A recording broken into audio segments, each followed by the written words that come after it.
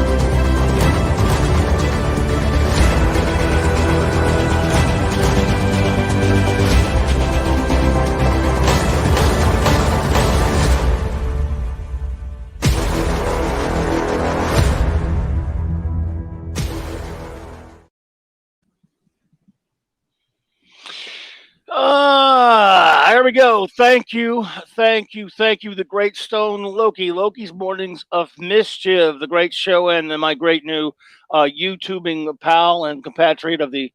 I don't know. I guess we're a loose band of the fandom menace of the just getting started out YouTubers. Well, he's been around a little bit longer than I have and stuff, but he has been so gracious to make that. Opening for me, that intro, and I do appreciate it. He is a great dude, Loki, and so are so many of my other Fandom Menace friends out there who are just starting. Whoop, I had to get my sound checker down, sound check done.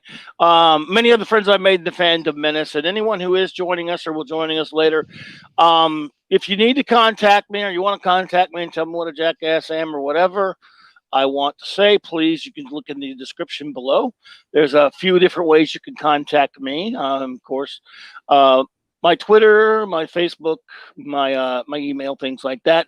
And there's some links below there to some of the other great channels. I think if you have not checked already, please do. Eris of Chaos, my very good friend Loki's Mornings of Mischief. Please go subscribe to both their channels, as well as my good friend Paulie's Latino Slant channel. I want to thank Paulie for having me on Thursday night. It was very nice of him, and I really had a great time joining in with him, and he's, of course, joined in with me, and we will be, joining in on each other's podcasts a lot, I think. Well, they're not podcasts anymore. Get away. Stop using that word. Also, I want to thank the great Michael French of Retro Blasting. Please go to his channel. There's a link in there also. For joining me last week. What night was that? Oh, I already forgot what night it was, man. It was Tuesday night. There we go. Tuesday night. Talking all things Empire Strikes Back, a movie that we love. We had a great time.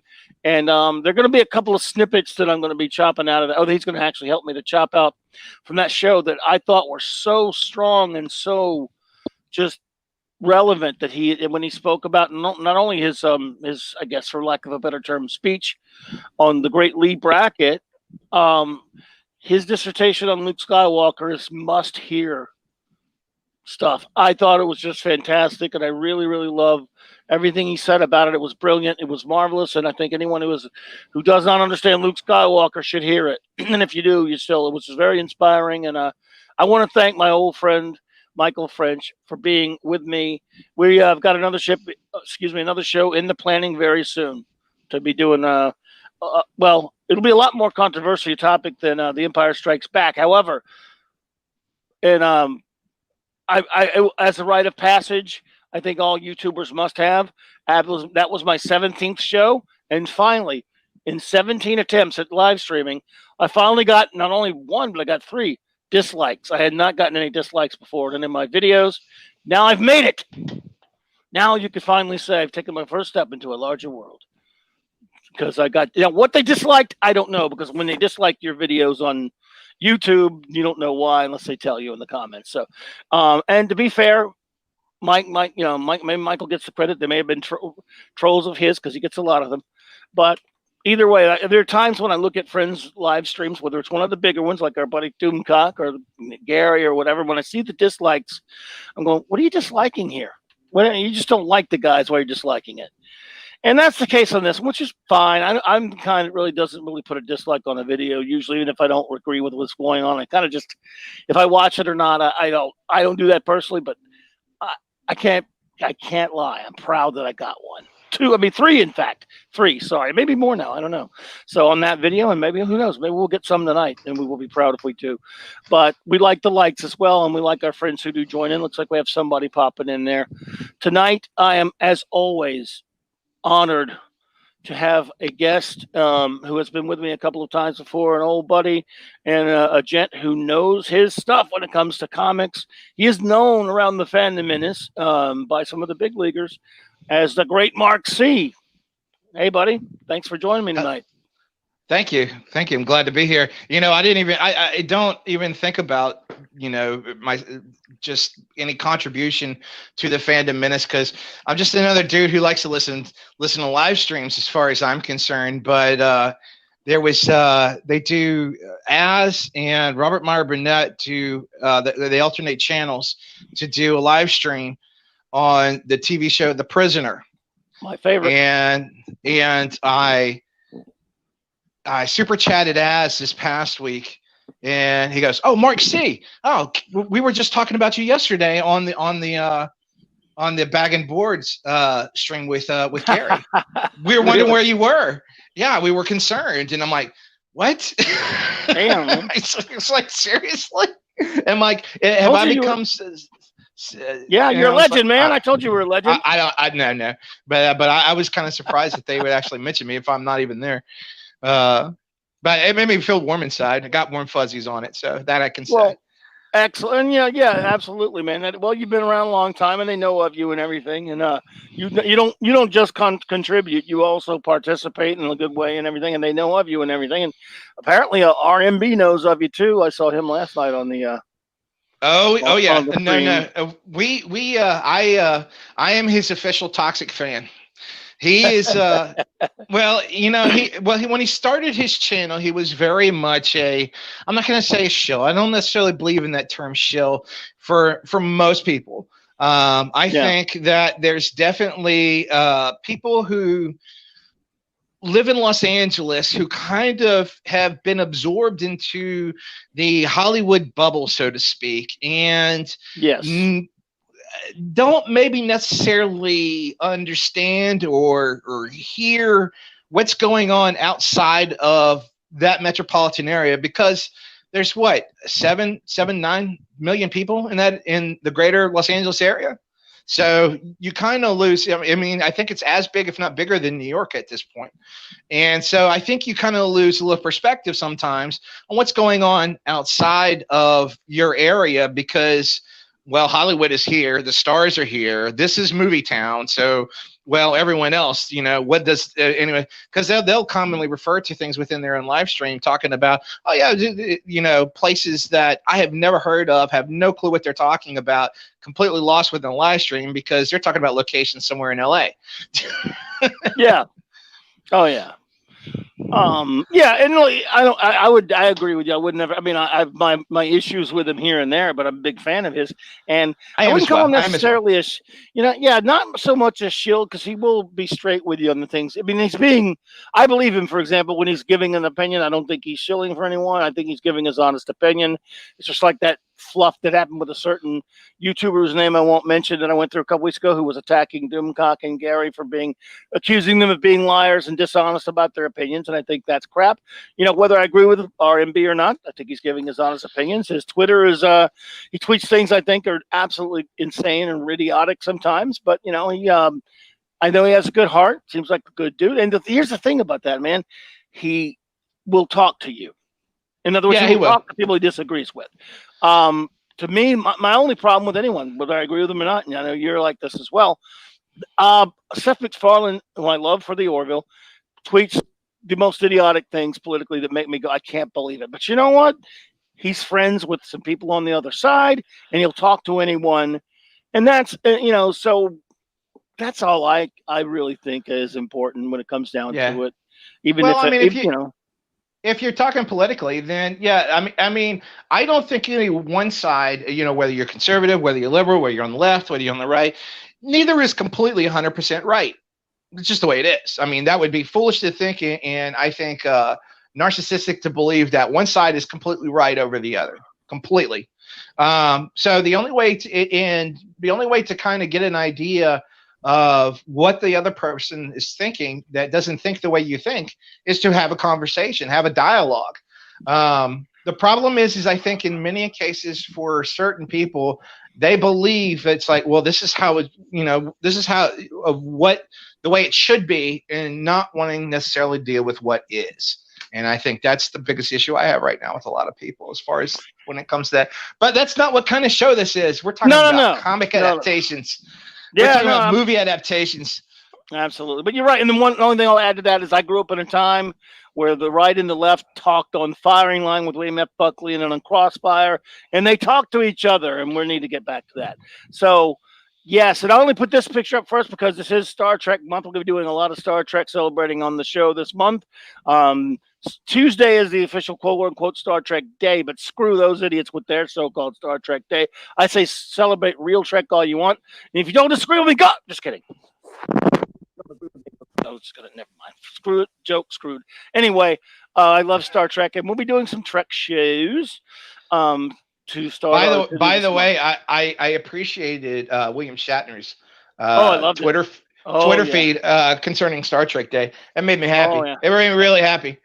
Yeah, and and a bonus, RMB went ahead and fixed that stupid piece of crap that Alex Klutzman put up there, and did the proper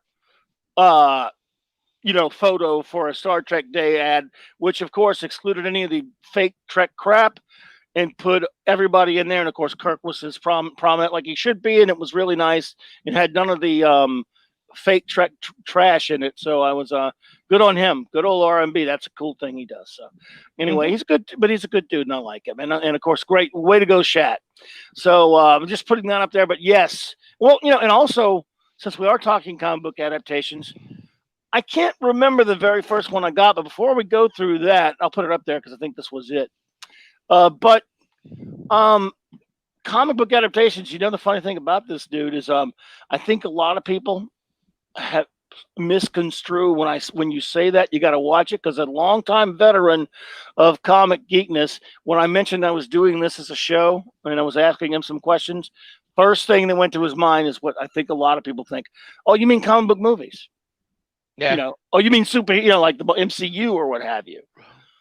They don't. Well, it's so bad that when you actually try to research this in Google, you have to fight your way through the movies to get to the comic books of the movies. Yeah, that's why I put on my Google when I was finding some of the covers I needed. I just put comic book movie adaptations and what have you, and that was it. And then sometimes I would put titles if it was a specific one I was looking for. But yes, and so I had to figure out how I worded it right on my little ads for it and different things like that, so people wouldn't think I'm just going to be talking about the MCU or Chris Reeve's Superman or what have you, or but no, there was comic books, which is something we love here at Clobberin Time, as some of you may have guessed. And movies have long had a relationship. Although the first one was a comic book character jumping into a film, there have been many, many examples, and fairly early on, those out there where comic books would adapt a film, a motion picture, into comic book form, and it's been around a long time. But it's been gone, or pretty much gone long enough now for it to be an oddity and a lost art, which is why I thought it would be an interesting topic, and I thought no one would care about it. When I was getting the idea for this topic, Mark, a few months back, because sometimes, as you know, I have my Clobberin Time group on Facebook, and sometimes I'll just throw up a bunch of pictures just to start a conversation, like, anybody remember when this came out? That kind of crap, And that's what I did this for. I said, I wonder if anyone remembers comic book adaptations. I forgot why I started thinking about them, but I just did. And so I said, I went and grabbed a bunch of pictures, and I was going to put up about 20 or 30 pictures and say, hey, remember these? And I know 5 people would have answered, oh, yeah, I bought that. Oh, I remember that.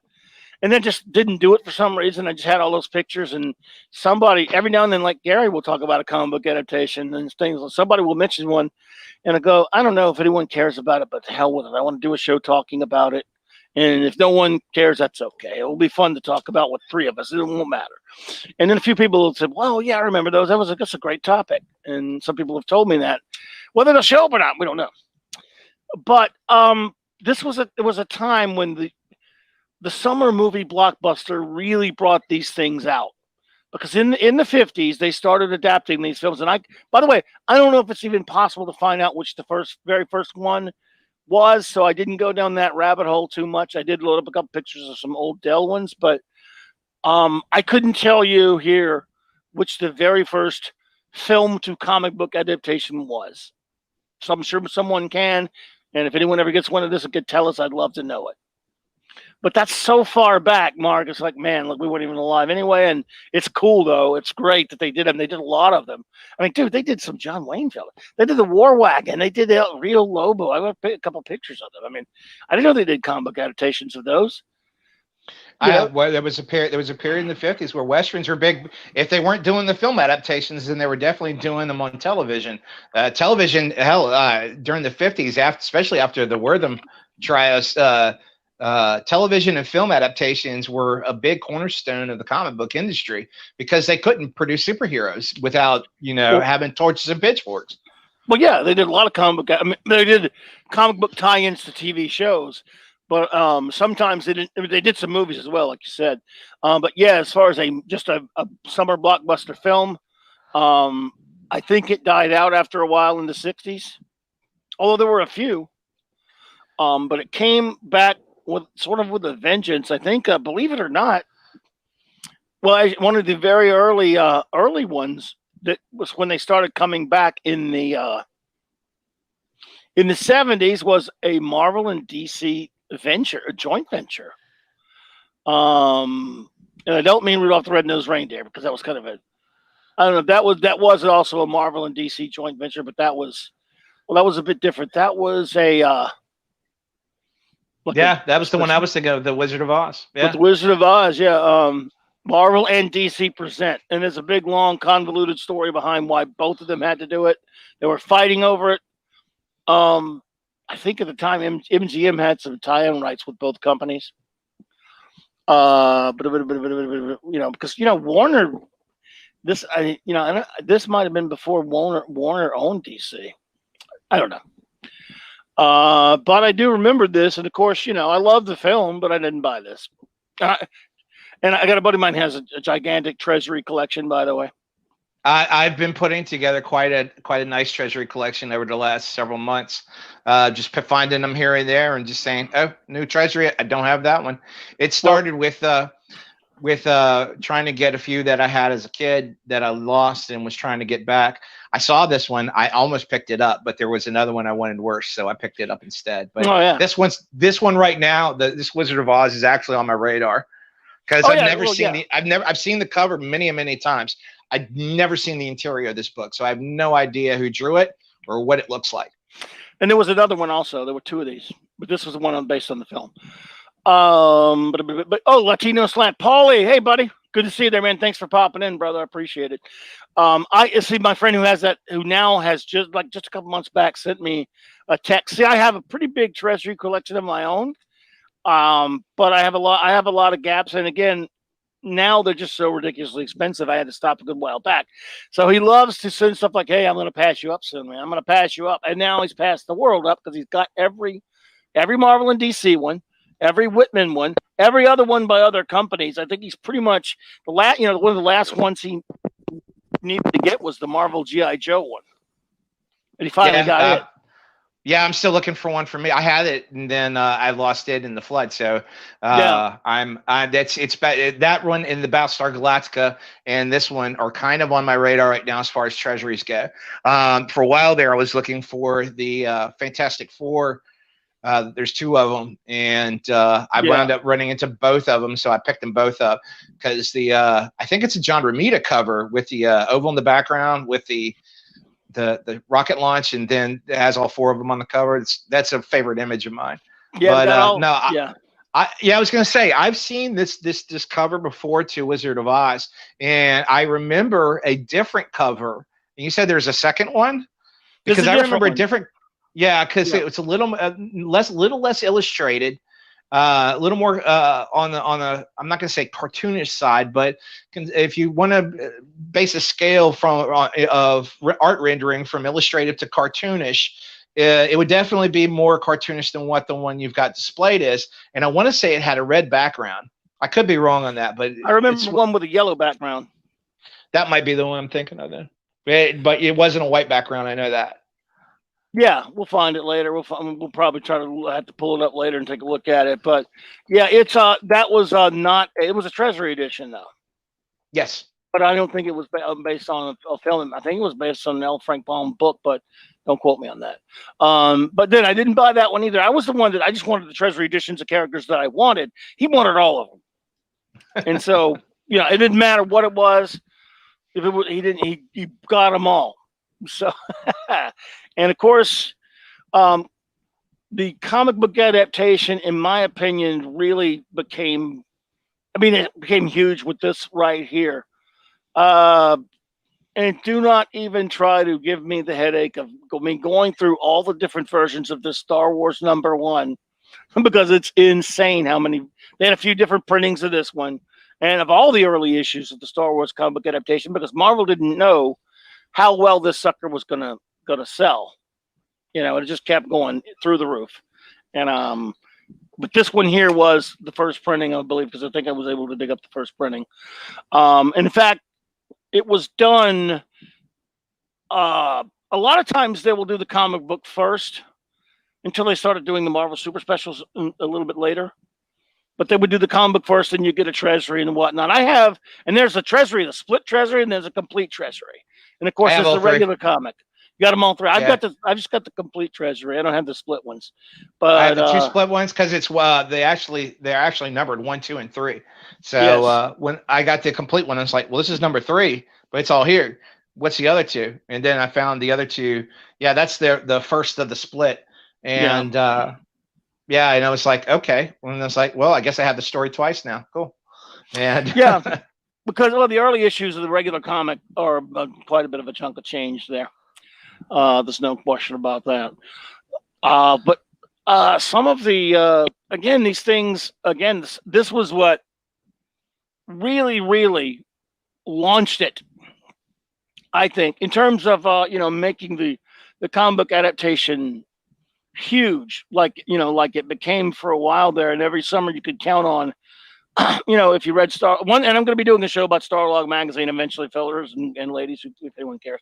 But if you read in Starlog about all the big science fiction, fantasy related films coming out, but this was the one that launched it. But actually, Marvel a number of years ago, strangely enough, adapted a classic science fiction film almost like something like 7 or more years later. But Jack Kirby wanted to do it. So they did it.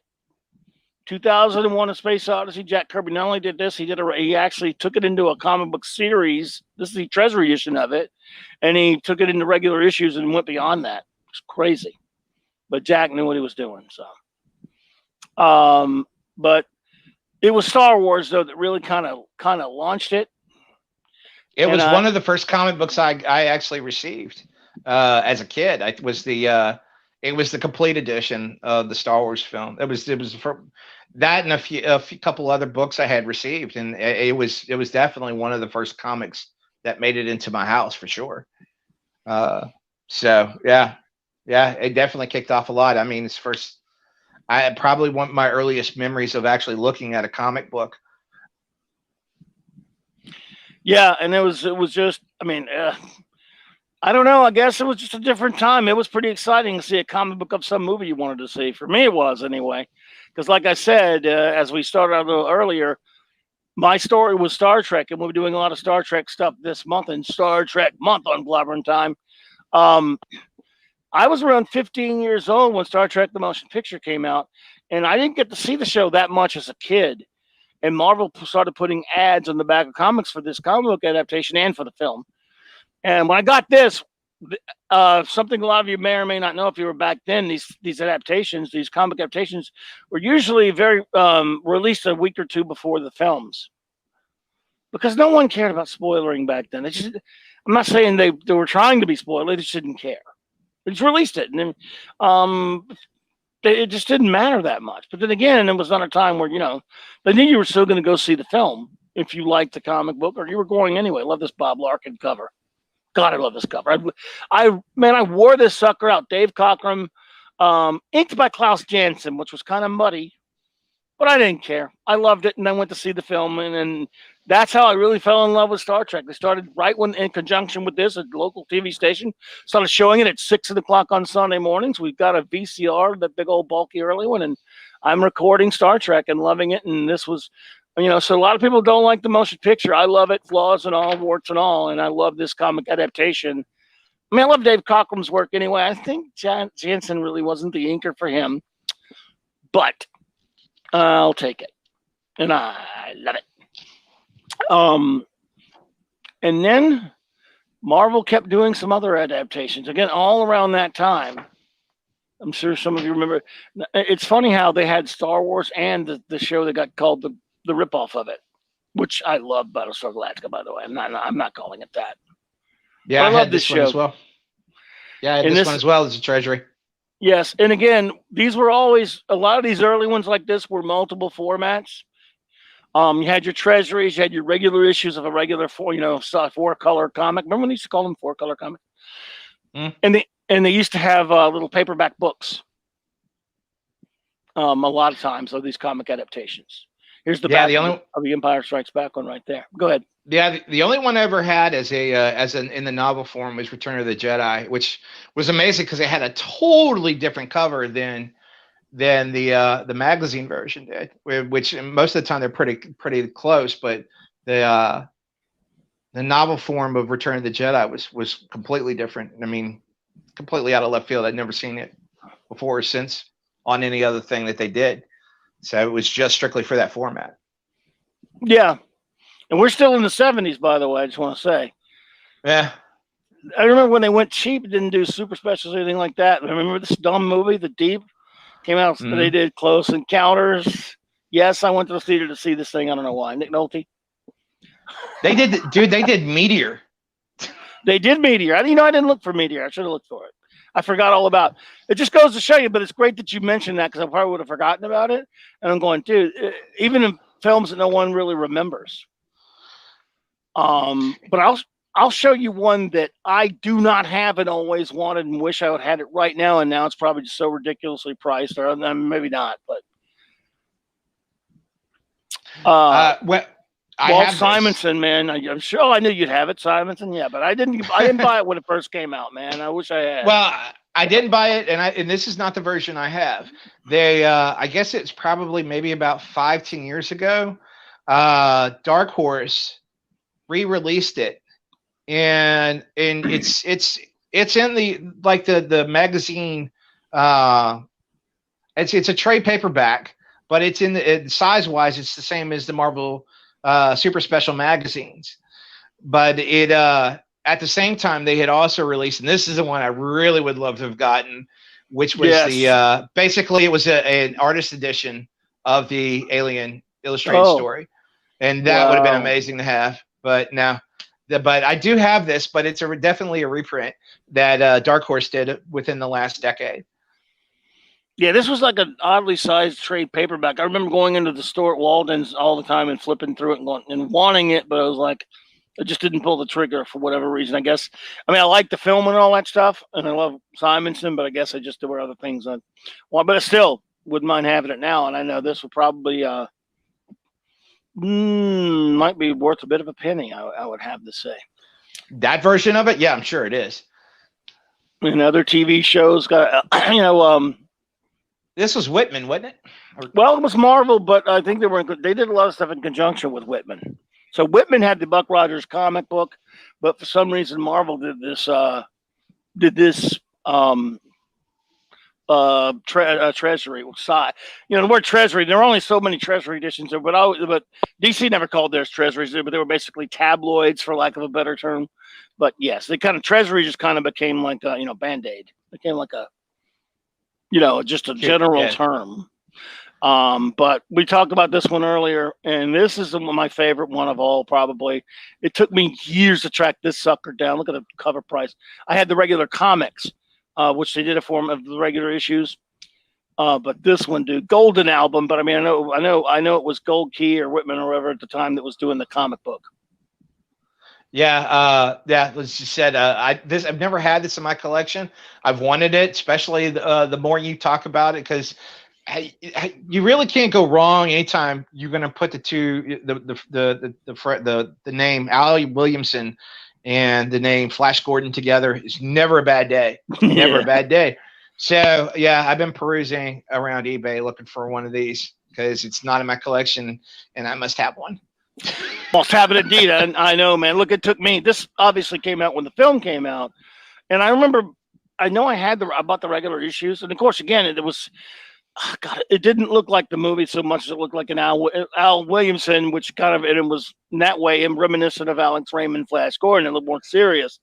I just loved it, and it took me many years, and I forgot exactly because I used to scour comic shops and cons for it, looking for it every time I would go on a hunt for everything. And this was in some bin at some comic book shop somewhere down.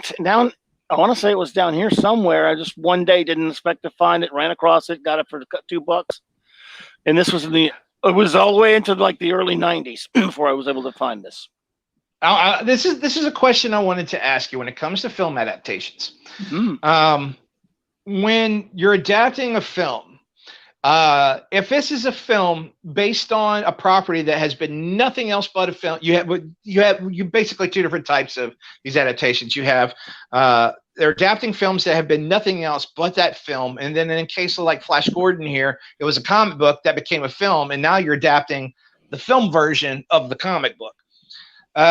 When they're doing something like this Flash Gordon, or when you want to look at something like, say, Conan the Barbarian and Conan the Destroyer, of which there were Marvel Super Special magazines of, which were both drawn by none other than John Buscema. Mm-hmm. Who else would you get to do it? Do you prefer that they stay on model to the film or go off model and then just draw it in the normal comic book style? Because I'm torn, because it really depends on the character and how it's handled. I see what you're saying. Because this, if you look in the one you've got up here now, Conan the Barbarian, if you look inside there is nothing in there that looks like Arnold. Nothing. It just looks like a regular Conan comic. It looks like a John Buscema Conan comic, and you know what? I think it's better for it. I really do. But then you get something, Al Williamson had drawn Flash Gordon, and he kind of plays the middle ground on whether it's going to be Flash Gordon or whether it's going to be the movie. It's kind of somewhere in the middle. Whereas, if he had just gone straight up Flash Gordon the way, I think he had done it was it as a newspaper strip or was it just as a comic? He didn't do it long. I know that. Because in fact, he had wanted to do it for years and couldn't get it. They handed it to Dan Barry or somebody, and Barry was Mac Raboy. Yes, I had one of those Rayboy books. Yeah, great. But I mean, you could have had Williamson start doing this not long after Alex Raymond got off of it, and it could have been doing it for 30, 40 years, and could have been an opus, But and sadly wasn't meant to be. But yeah, I mean, then you get into things that like Star Wars. I would want it to stay on model because it had never been anything else but a film. So I'm looking for it to stay on model. But when we do something like Conan, which has been a comic book before, then I'm just like, you know what? It's okay if you go off model and you just do it in comic book style. I'm okay with that, I think. I'm definitely okay with it, absolutely, because it figures most people who buy comics, even the comic book movie adaptations of the time, were also comic book fans usually. So I mean, it's true that. And hail, Captain Trek! Thank you for being here, sir. Great to see you. I'm totally with you. That I think that look, man, Conan not looking like Arnold in the comic is fine. Great cover, by the way. And there was one thing. These Marvel Super Specials, they really went all out on the covers. Even though if you look at the interior on the Star Trek the Motion Picture, Dave Cockrum, who was one of my favorite artists, with, again, as I mentioned, Klaus Janson inking them, but they still try to make it look like the characters. But I mean, your covers. So I think as long as you're making the cover look like the movie, do what you want on the inside. Hopefully the art's good. So no, I think I'm with you there. But with Star Wars, with Battlestar Galactica, Star Trek, again, something like that is based on a TV show. Yeah, no, I'm with you on that for sure. I think you should try to. Yeah, it just depends on either. Flash Gordon, remember, yeah, like you said, he started as a comic book strip, then he was a serial, then he was strips again, then it was some comic books. Then we got an animated, and we got movie, so he's been all over the place. Flash has been around, man. Yeah, I would love to see a good Flash Gordon movie again. That's right. I forgot that Marvel had actually done some adaptations to a couple of the James Bond films. This is one of my favorite Bond films. Great film. He doesn't look. That's a Howard Chaykin cover, so he doesn't look a whole lot like Roger Moore. Nope, looks more like Reuben Flagg, but that's okay. He does look more like Reuben Flagg. And a really crazier, with James Bond. That's a pretty cool cover right there for one of the most awkwardly titled, but still pretty decent James Bond film. At least I thought it was pretty good. I thought For Your Eyes Only should have been his final one. Oh, well, yeah. Because Octopussy and View to a Kill were just, especially View to Kill, you're just View to Kill. Oh, man. And then we got one of the granddaddies. Well, we already talked about one, probably the granddaddy of all comic book movie adaptations when we talked about Star Wars, but one of the other monsters, of course. And we talked about the other night, of course, Michael French and I, my great retro blasting friend, we talked about a lot about this comic book adaptation of The Empire Strikes Back, mostly because I was trying to make a lot of points about how these adaptations have to be done in time to come out a week or two before the film back then. So these people were working, Marvel, or whoever was doing it, usually Marvel, had to work from early drafts of scripts and such. And anyone who bought this comic book adaptation of The Empire Strikes Back, they improvised, and it was an example of how much, as Michael talked about, how much they improvised and changed Irving Kershner and Gary Kurtz and the actors on Empire. Well, the idea that they work from a previous draft of the script, or they're working off of, like you had showed the image of how they had to change Yoda along the way. Mm-hmm. Well, the original version of Yoda he drew was one that was very much prominently featured in, if you look at the Art of Star Wars Empire Strikes Back book, inside of there, that was pretty much the design they had chosen. It wasn't until Freeborn came up with the puppet that it changed. Right. And so I was going off of that. And then you have other things, like you had the scene where Luke has been taken out of the back of the tank, but he's got the mask on his face covering the scars, and the medical droid actually lifts the white mask off his face. I want to say that there's an actual deleted scene of that on the Blu-rays, but it was never seen in the original movie. Yeah. And it's funny because it plays tricks on you. I had memories, false memories of that scene being in the movie, and it never was. It was from the adaptation, and I was blending the two together. But it gives you kind of a different insight sometimes on maybe a path that was not taken, or a different path that was taken, to make something pop a little better here, or a line of dialogue that may play out fine in a comic book or on the page, but maybe it's kind of like the old saying that Harrison had for Lucas's scripts, which was, you can type this shit but you can't say it, and and so it works in the comic book, but it doesn't necessarily work for the screen. So it's kind of fun to have these adaptations, because you can see the changes that have come along the way sometimes. And when it comes to actually looking at right now, you have one of the actual comic book covers. One of the benefits to having the individual comic books over the magazine format is the fact that you get usually 3-4 really unique looking covers that you won't see within the magazine format. And a lot of times there'll be an opening splash page even that won't necessarily make the magazine format, as unless every now and then they'll put that splash page in as a chapter break, but a lot of times they won't. They'll just keep the flow of the story going. So but you still enjoy having the larger size format of the magazine. So it gets to be, well, it's not that I want the magazine or the individual comic. I got to have them both. I just got to have them both. I can't have one or the other. Exactly. By the way, this is for Paulie. Paulie mentioned Maud Adams, so I wanted to give him another shot at her. Love her.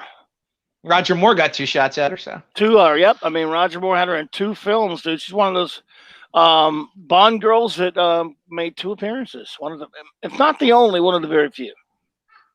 And we're all better for it. So yeah. But you're right. I always liked the individual issues too, but usually I didn't buy them unless it was a series I was always collecting. The first, you know, Empire, I think I bought them, but then, you know, Jedi, they did it outside of the regular run. Another interesting thing about a film adaptation, that a second one done with the first one didn't get one. And this for some reason, I don't know why Marvel did this. I saw that. I was like, you got to be kidding me. They did one for Jaws too? No. I don't know why I went to the theater to see it. And I don't know why Marvel did that. By the way, yeah, there you go. It's not Track, by the way, thank you for popping in. It's not a bad sequel. It's just that any sequel to a movie that was that good is, I mean, it can't measure up. It just can't, especially when it's like, we're going to bring the B team in to make the sequel. We've got a solid script, but you know, we'll bring the actors back. But as far as who's behind the camera, yeah, it's all B team. So you're just kind of Well, a buddy of mine was talking about, I was asking him, we were talking to my friend who knows all about these things. We were, you know, going back and forth on some of it. And he was saying, he asked Roy Thomas why they did, because I was asking him, I wonder how they never adapted the first film. But when first Jaws came out, they weren't doing a lot of comic book adaptations. They were doing some.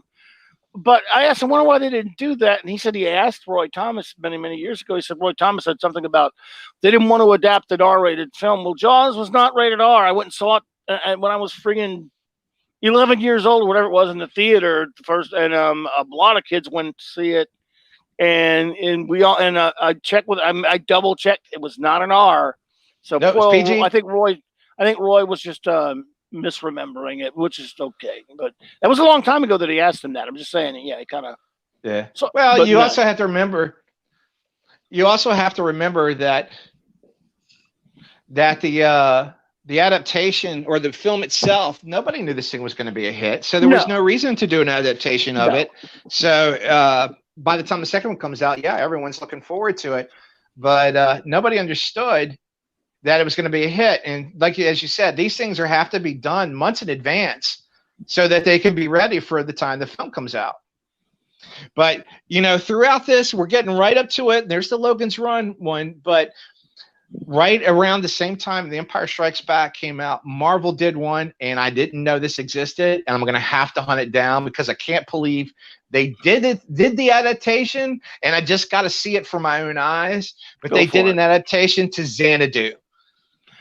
Yeah, you know, I saw it, but I mean, I never. I know it's evil, but it was not something I wanted to watch. And our good retro wrestling buddies did a show about that recently, and because Melinda likes it, so yeah. Xanadu. Well, it's a guilty pleasure of mine as well. I dig Xanadu. I really do. That's cool. I don't know. I'm a big fan of ELO, so the music's fun. And well, I think outside of Linda Carter, if any other woman at an early age stirred my loins, it was probably Olivia Newton-John. Well, nothing inhuman about that, brother. I mean, who didn't she? I mean, she was wonderful.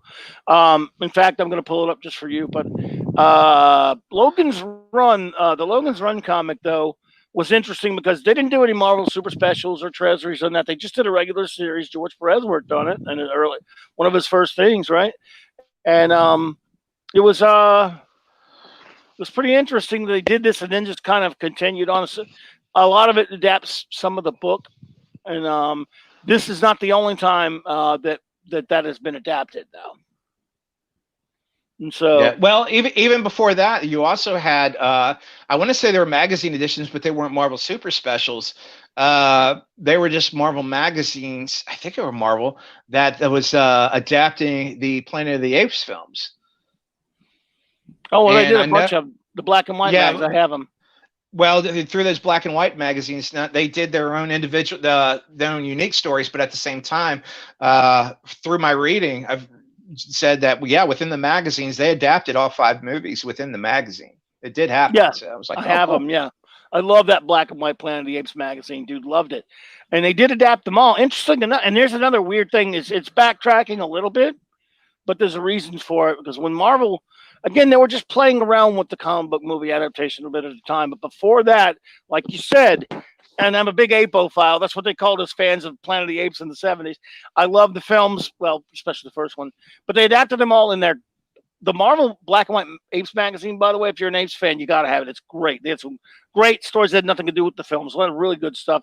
Mike Ploog did a great series in there called Terror on the Planet of the Apes. But it's funny. The original film didn't have an adaptation before that till later. And the other ones did. And the only one that did was Beneath the Planet of the Apes for some reason. Gold Key, not one of the better ape films, for sure. No Roddy McDowell either. No. Depressing ass film, but it had this Gold Key adaptation, which we're doing a few adaptations here and there. And I'm going to do a little bit of the '70s here before we get to some of the other, which is backtrack slightly here, just so people will know. Here's what a Marvel comic book adaptation looked like. When they were just kind of half-assing it. You want to, unless you look at the title, you won't even know. The Day the Earth Stood Still. This adaptation, Rich Buckler cover, yes. That does not look like Nort at all. But it was an adaptation of the film.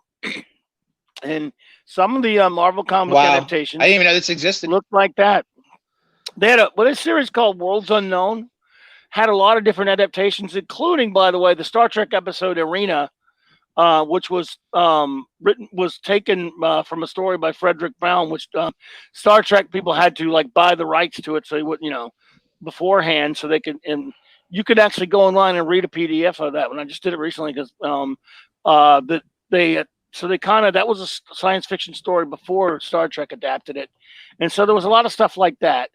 And there were also adaptations like where was it? Oh yeah. This is the only TV movie we're doing, folks, but just for the fun of it. Killdozer. That's right.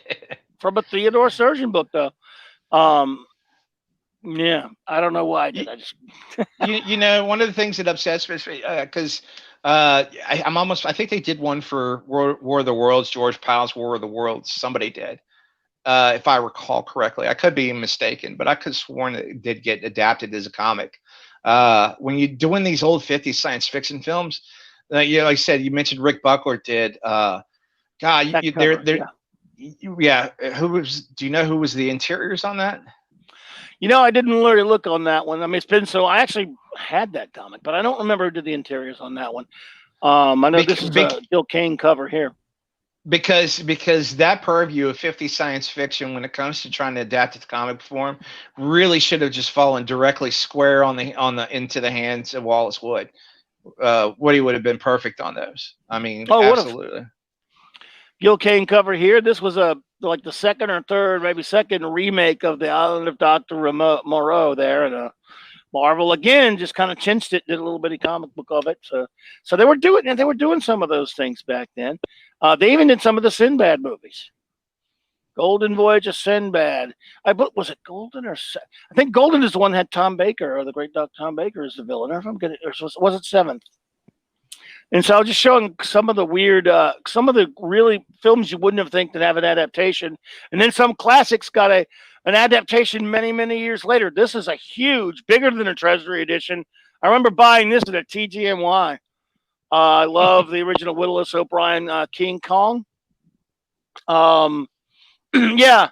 Again, this sucker's bigger than a Treasury, dude, if I remember right. I don't have this one anymore, but one of those big old Whitman books.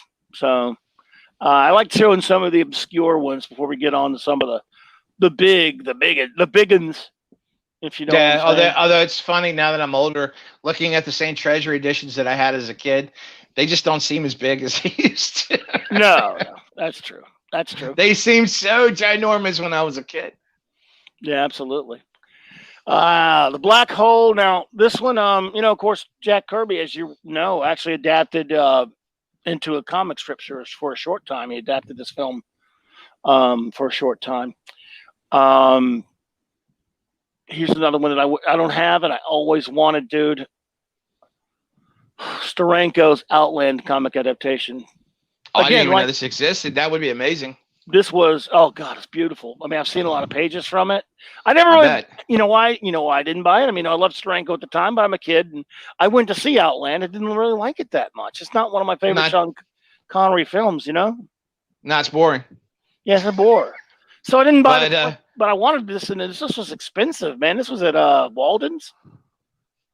Yeah, even back then, I mean, some of your treasury editions back then, you're talking $1, $2 back when comic books were still, 50 cents. And you're just this like, was, man. Wait, but this was way more than that. This was a book. It's like some of them go up as much. We're going up as much as $2.50, and you're just like, wow. But yeah, if it was way more than that, you're just kind of like, oh my goodness. Yeah, I looked at it and I go, man, I want this, but the movie was kind of.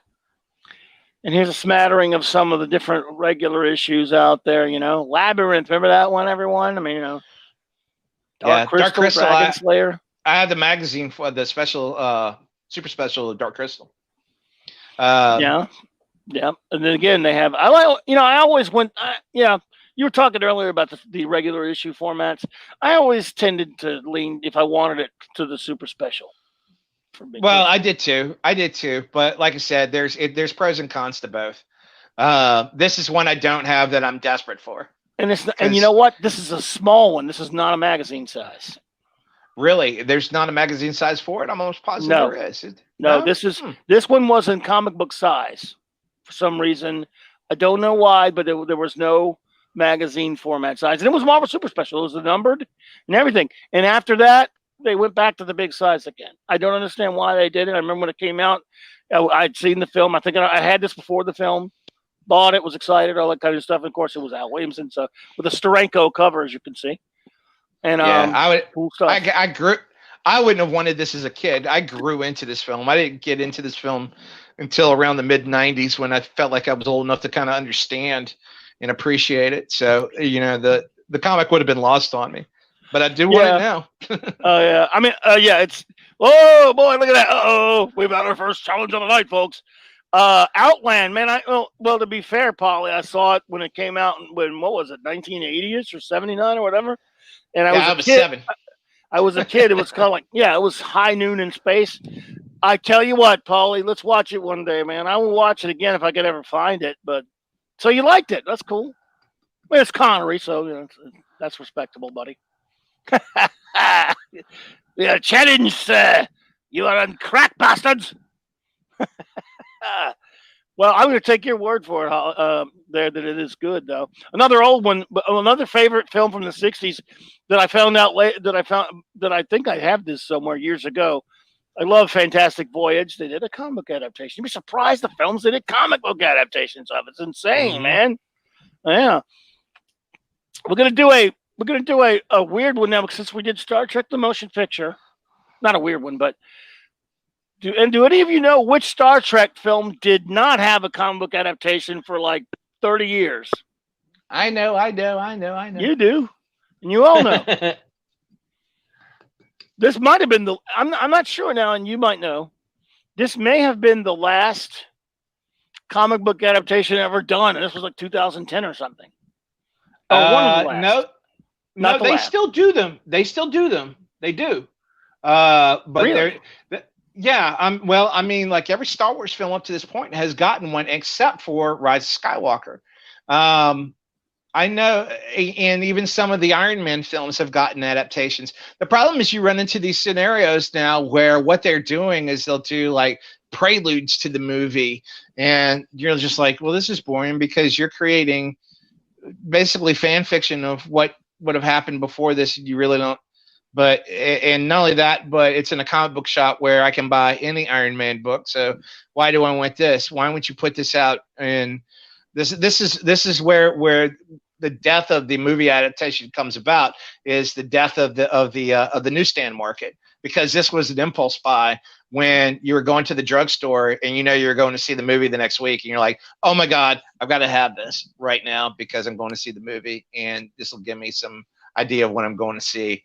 And look how cool this magazine is. And you don't have that anymore. Saying you're already in a comic shop with other comics. So why am I going to buy the adaptation when I can go buy the original? And that's what killed, I think, the movie adaptations.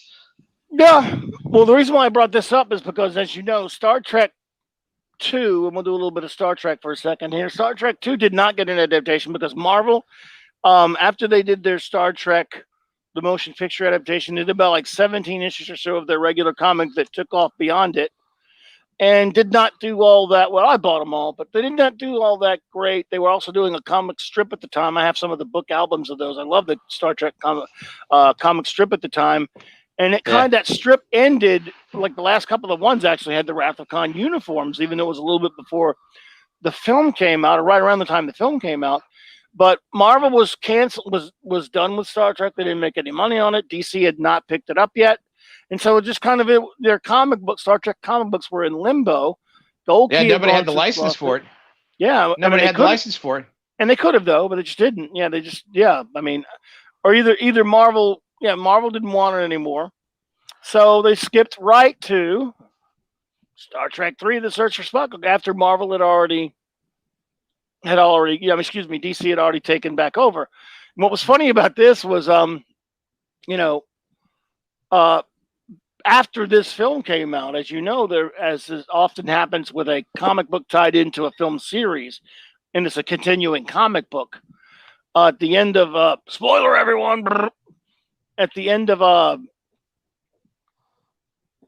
the Wrath of Khan, Spock dies, as we all know. Ooh, spoiler. And so in DC's comic leading up to the search for Spock, they had Saavik. She was in the place of Spock, pretty much. And then after the Star Trek 3, with the destroyed Enterprise, but with Spock back, they gave the crew, the Enterprise crew, were now the Excelsior crew. They gave them the Excelsior because they didn't know they were going to be getting, again, spoiler, but it's history, not spoilers. They did not know that at the end of Star Trek 4, The Voyage Home, they would get a new Enterprise, which was renamed Yorktown, I think. Enterprise A. The one thing that I always enjoyed about the Star Trek, not only the adaptations but the series, is in between the adaptations, and DC did a masterful job of this, which was obviously they were going to get the script somewhere about 6 issues leading up to them having to do the adaptation. Yeah. So they would go off in the left field for however much time they had in between the movies.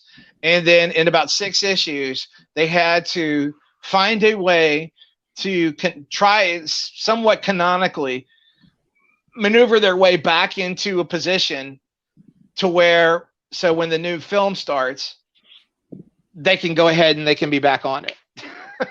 Yeah. They can back into film canon. And it was always like, even in reading, you knew what they had to do, and you're just like, this is going to be a fun ride because I have no idea how they're going to get back to Vulcan with the Klingon ship, but it's going to be fun seeing them try to get there.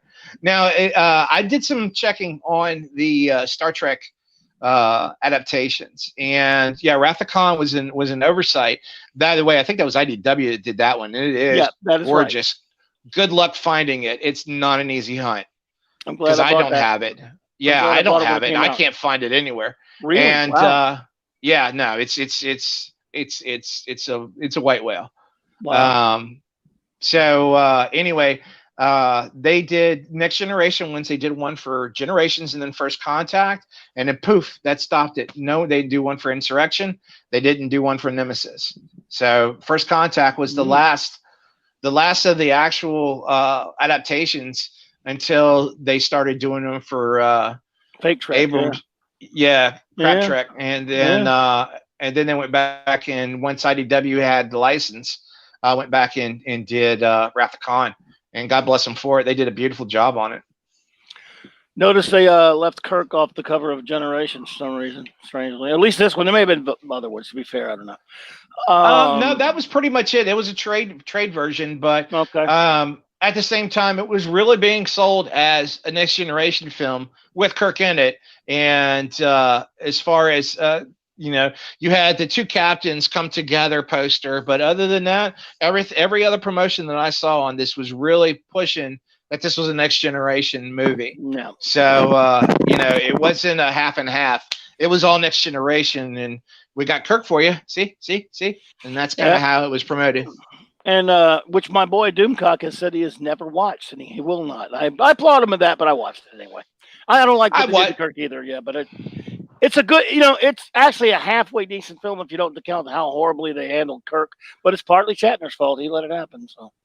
Yeah, no, I kind of agree the same thing. You know, as a next generation movie, it's a good episode or good two-parter that would have Kirk in it. But yeah, as far as how they decided to end the Kirk storyline, yeah, definitely could have been better. I respect old Doomcock on that one though.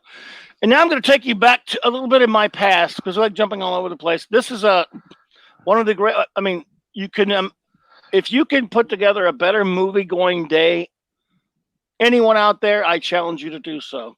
I don't remember the exact day because I'm fuzzy on that stuff, but it was a hot summer day. I don't even remember what city it was in because we were on vacation. I know that much. In 1981.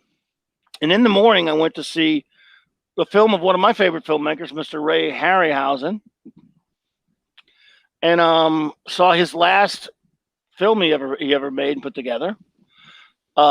It's a well-regarded, loved film. Now, I've always been, this is a golden adaptation. They also did the Flash Gordon one. It's never my favorite Harryhausen film, anyone, but obviously it's Harryhausen, so it's cool. It's got all, it's one of their things. And then, Venkman, hey, thank you for being here, sir. Well, look, you know, before we get on, I have a Star Trek movie omnibus that reprinted the comic book adaptation as the first 6 movies, including Wrath of Khan. Yeah, I think that was Eagle Moss went back and did those, right? So yeah, you can get it that way.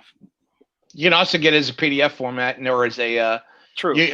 There was a way you could go, and it was I think it was just the 3 of them. It was motion picture, Star Trek 3, and then Star Trek 4, and you could get them as a PDF, like on a floppy, back in the day.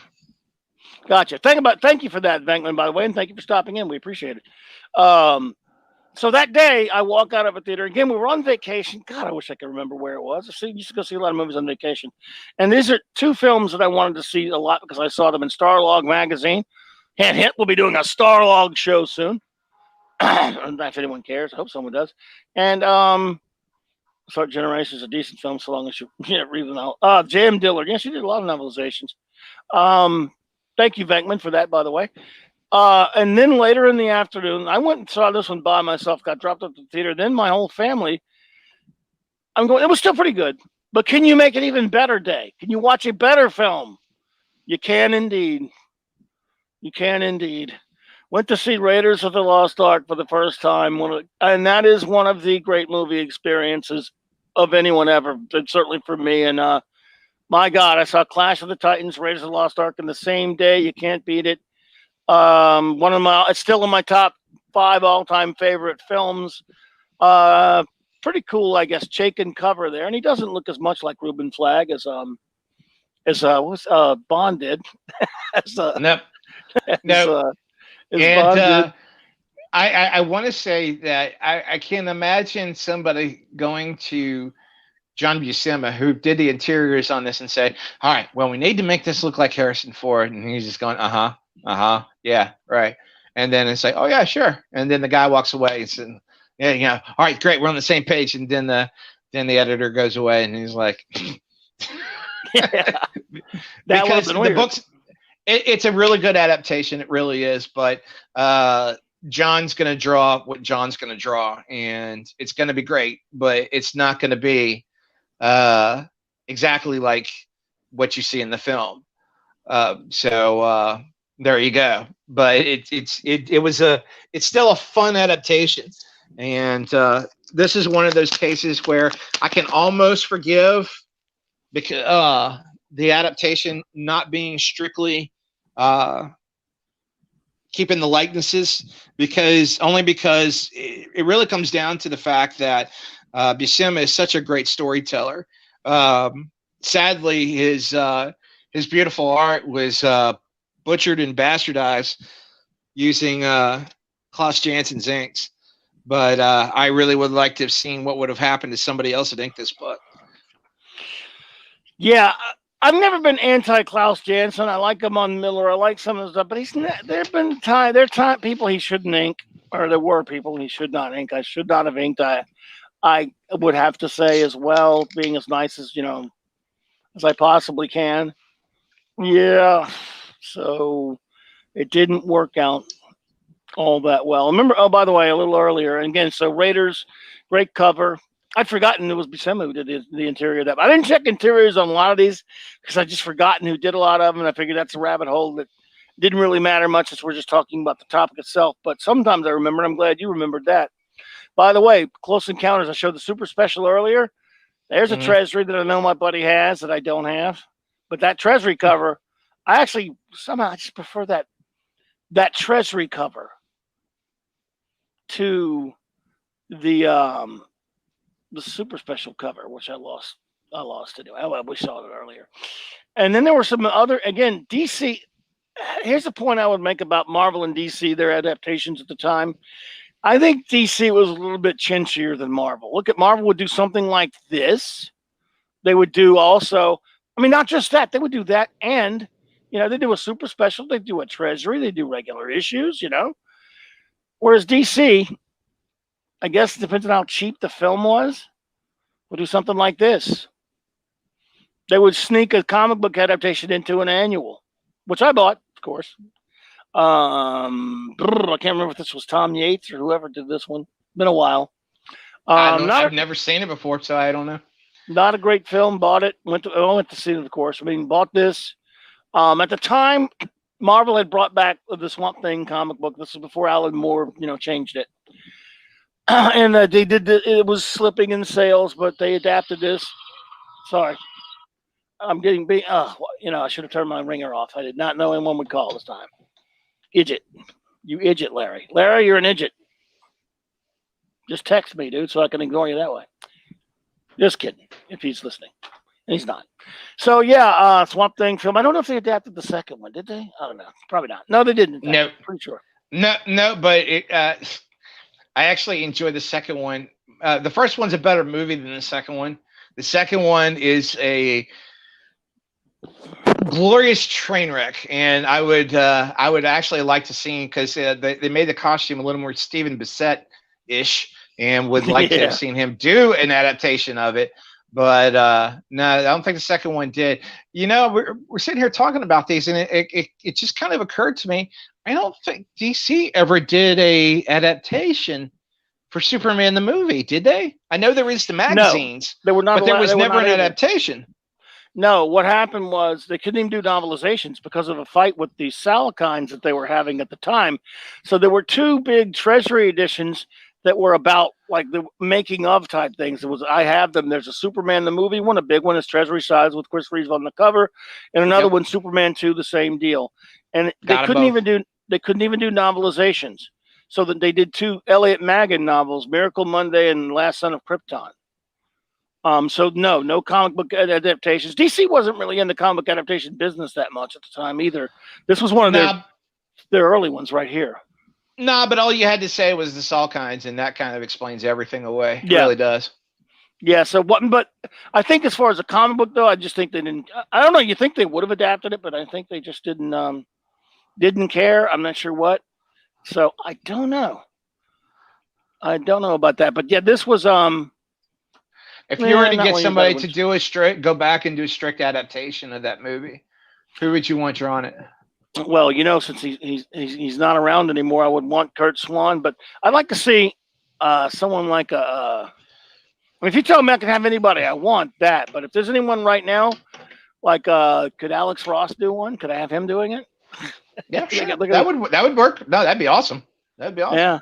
And you know what? If Byrne could draw like he used to, no matter what my hard feelings are with him, if he did once, because I know he loves the film, or you said he did, I would take that, but I would want Terry Austin to come back and ink him.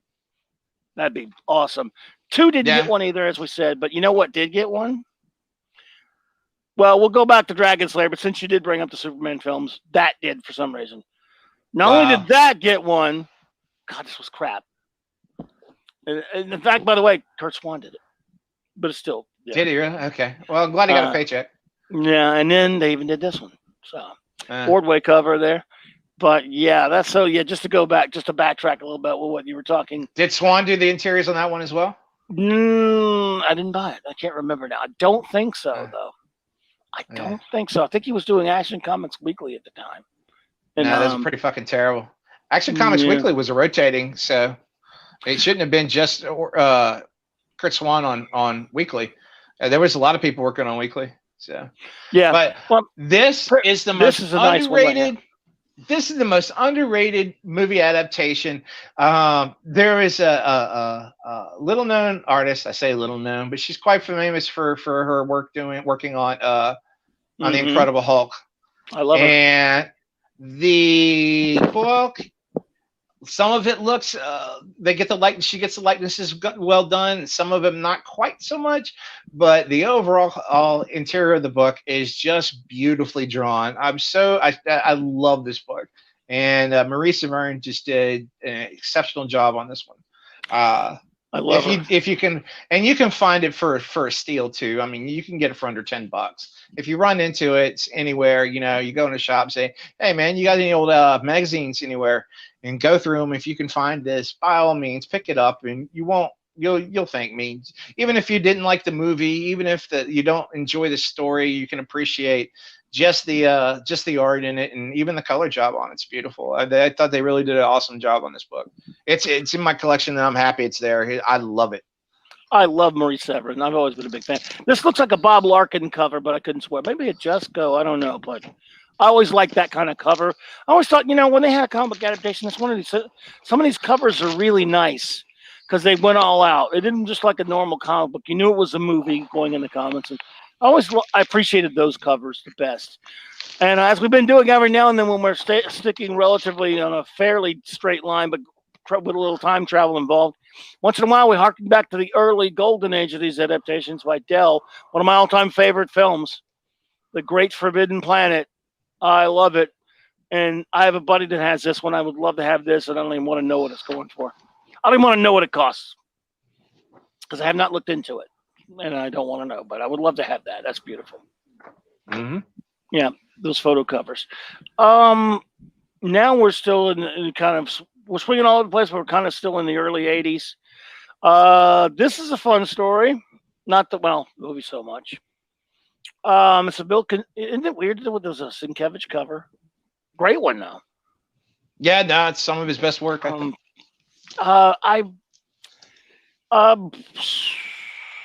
Let's see where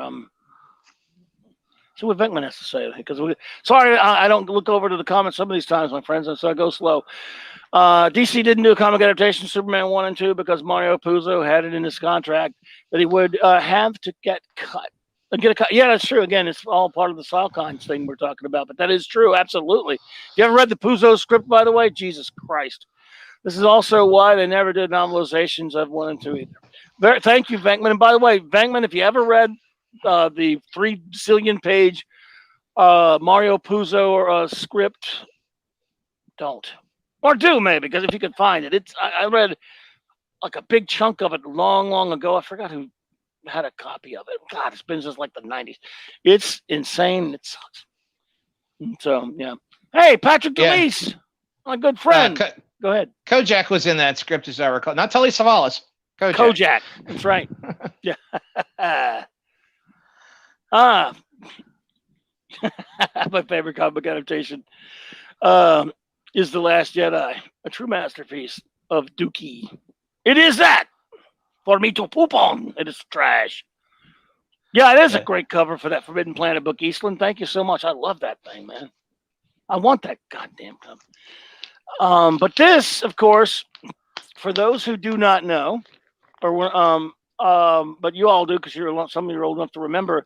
I was working in a comic book shop at the time when this came out, and Southland Comics, and the story on this was, of course, Lucas was really, really concerned, telling Marvel, you can't release this thing till the movie comes out, and some copies leaked out, and they say Mark Hamill was the one to blow the whistle on it, that he saw him at a store somewhere. Is it true? I don't know.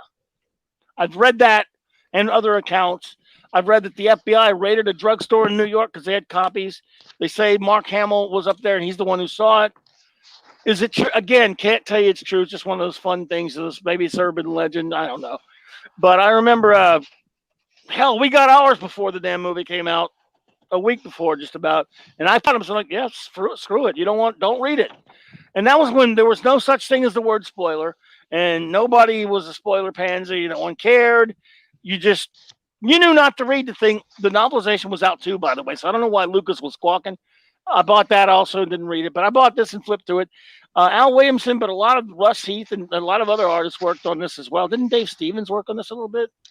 I'm flipping through it right now, and there is a scene. He's not credited in it, but I'm looking at it, and there's a scene in here where they're in the Ewok village, or coming up to the Ewok village, where I got news for you. This is Dave Stevens' artwork. I mean, yeah. From the time that they get hooked up into the Ewok net and they brought into the village, and he tells a story, and all the way through Luke talking to Leia, which is, I mean, we're looking at, see, 1, 2, 3, 4, 5 pages that have to be Dave Stevens. There's no doubt in my mind they're Dave. I mean, like, I would, unfortunately, I think everybody's dead. There's nobody to talk to, but yeah, unfortunately, I don't know that it could be anybody else. Ron Friends is actually credited having done some work in here. I don't know. I could talk to him on Facebook and find out. Alive. Yeah, what he did, but yeah, no, this was kind of a put together by committee, but it's pretty impressive what they came up with, because it's still to this day. Oh, here we go. It's on the back page. It says, we'd like to acknowledge contributions to the artists without whom the book could not have been produced. Dan Green, Dave Stevens, William Stout, Tom Yeats, and Rick. Yeah, and Rick Bryant. So, yeah, I mean, like, they threw everybody but the kitchen sink at this book. And what came out of it was really good. It's a great adaptation. No complaints. It does a great job of telling the movie story. The artwork in it, no matter what page you're on, some of it looks a little better than others, but for the most part, it's pretty killer. For the most part, everybody's either on model or as far off a model as they get is kind of what I call the Al Williamson model, which he draws Al Williamson faces, but for some reason they still work as on model. But no, it was a favorite at the time, still is today. This one and Empire Strikes Back are really nice pieces that go together, kind of like peanut butter and jelly. You know, I really need them both, and they work great as adaptations. I think probably 2 of the most successful adaptations I've ever seen. Oh, clearly, yeah. Successful and absolutely, yeah, great stuff. I'm glad you filmed that page back there. That was fantastic. That's great info. And I did not know that. I didn't really remember that William Stout had been credited as well. I think he's still with us. Yeah, he's with us. I can't. We've been many a time I've seen Claude nagging him at Dragon Con. Talking to him. So yeah, we've talked to him a lot. He's a pretty cool dude. I remember getting that Return of the Jedi comic adaptation. This is my good buddy Patrick DeLise. I remember being disappointed that they wouldn't show Vader's face under the helmet. You remember more than me, dude. But I remember getting it, being disappointed by the movie in 1983, being very angry with it. But yeah. So, but I was telling my buddy Michael French last week, I've finally come to Jesus with it, and now I like it more. But for the longest time, I had a grudge against Rehash of the Jedi, as I called it. Well, all I needed was for Disney to come along and say, "Hey, you ate that one?" The old "hold my beer," you know, as they say, as the kids say these days. So yeah, but yeah. So this was like you said, one of the top notch ones. And speaking of Conan adaptations, yeah. I don't like this film as much as the first one, but I do like it. I still enjoyed it a little bit, and it's fun enough. It works really well as a comic. It works better as a comic book than it did as a movie.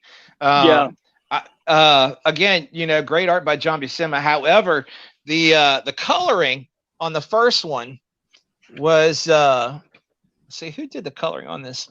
I don't know who D. Pedler is. That might be like that's a pseudonym for a couple of, I mean, it was like I don't know which group, but go ahead, Ryan. It's long. And Lynn Varley. And Lynn Varley did it. And there's there's a real kind of watercolor look to the original Conan the Barbarian book.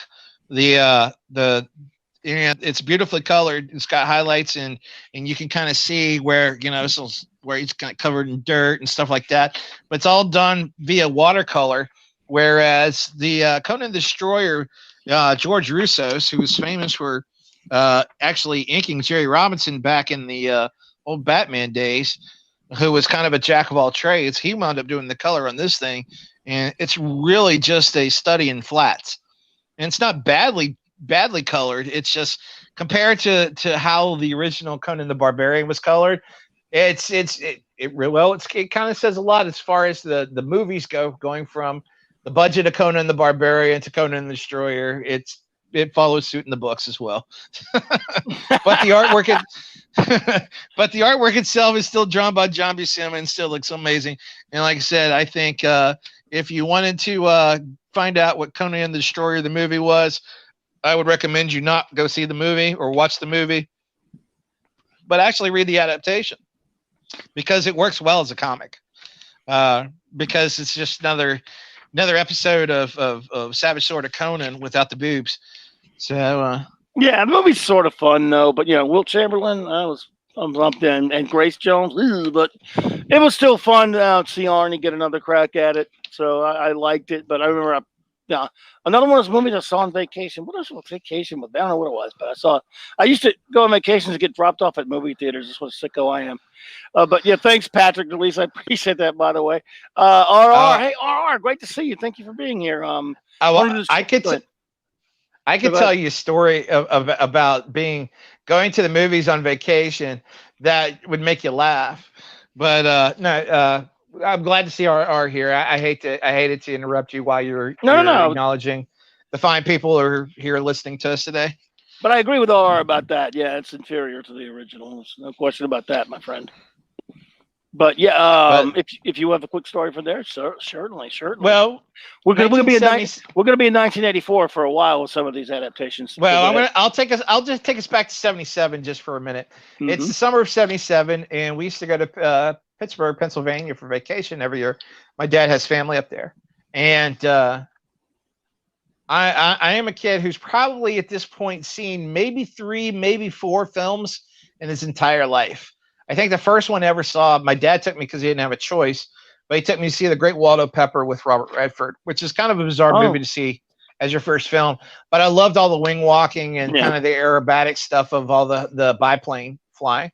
And then I remember seeing The Rescuers in the theater. And then I remember earlier in the year, I had seen The Many Adventures of Winnie the Pooh, which had just come out and was still playing at the time we were going back to we were on vacation and going to the movies.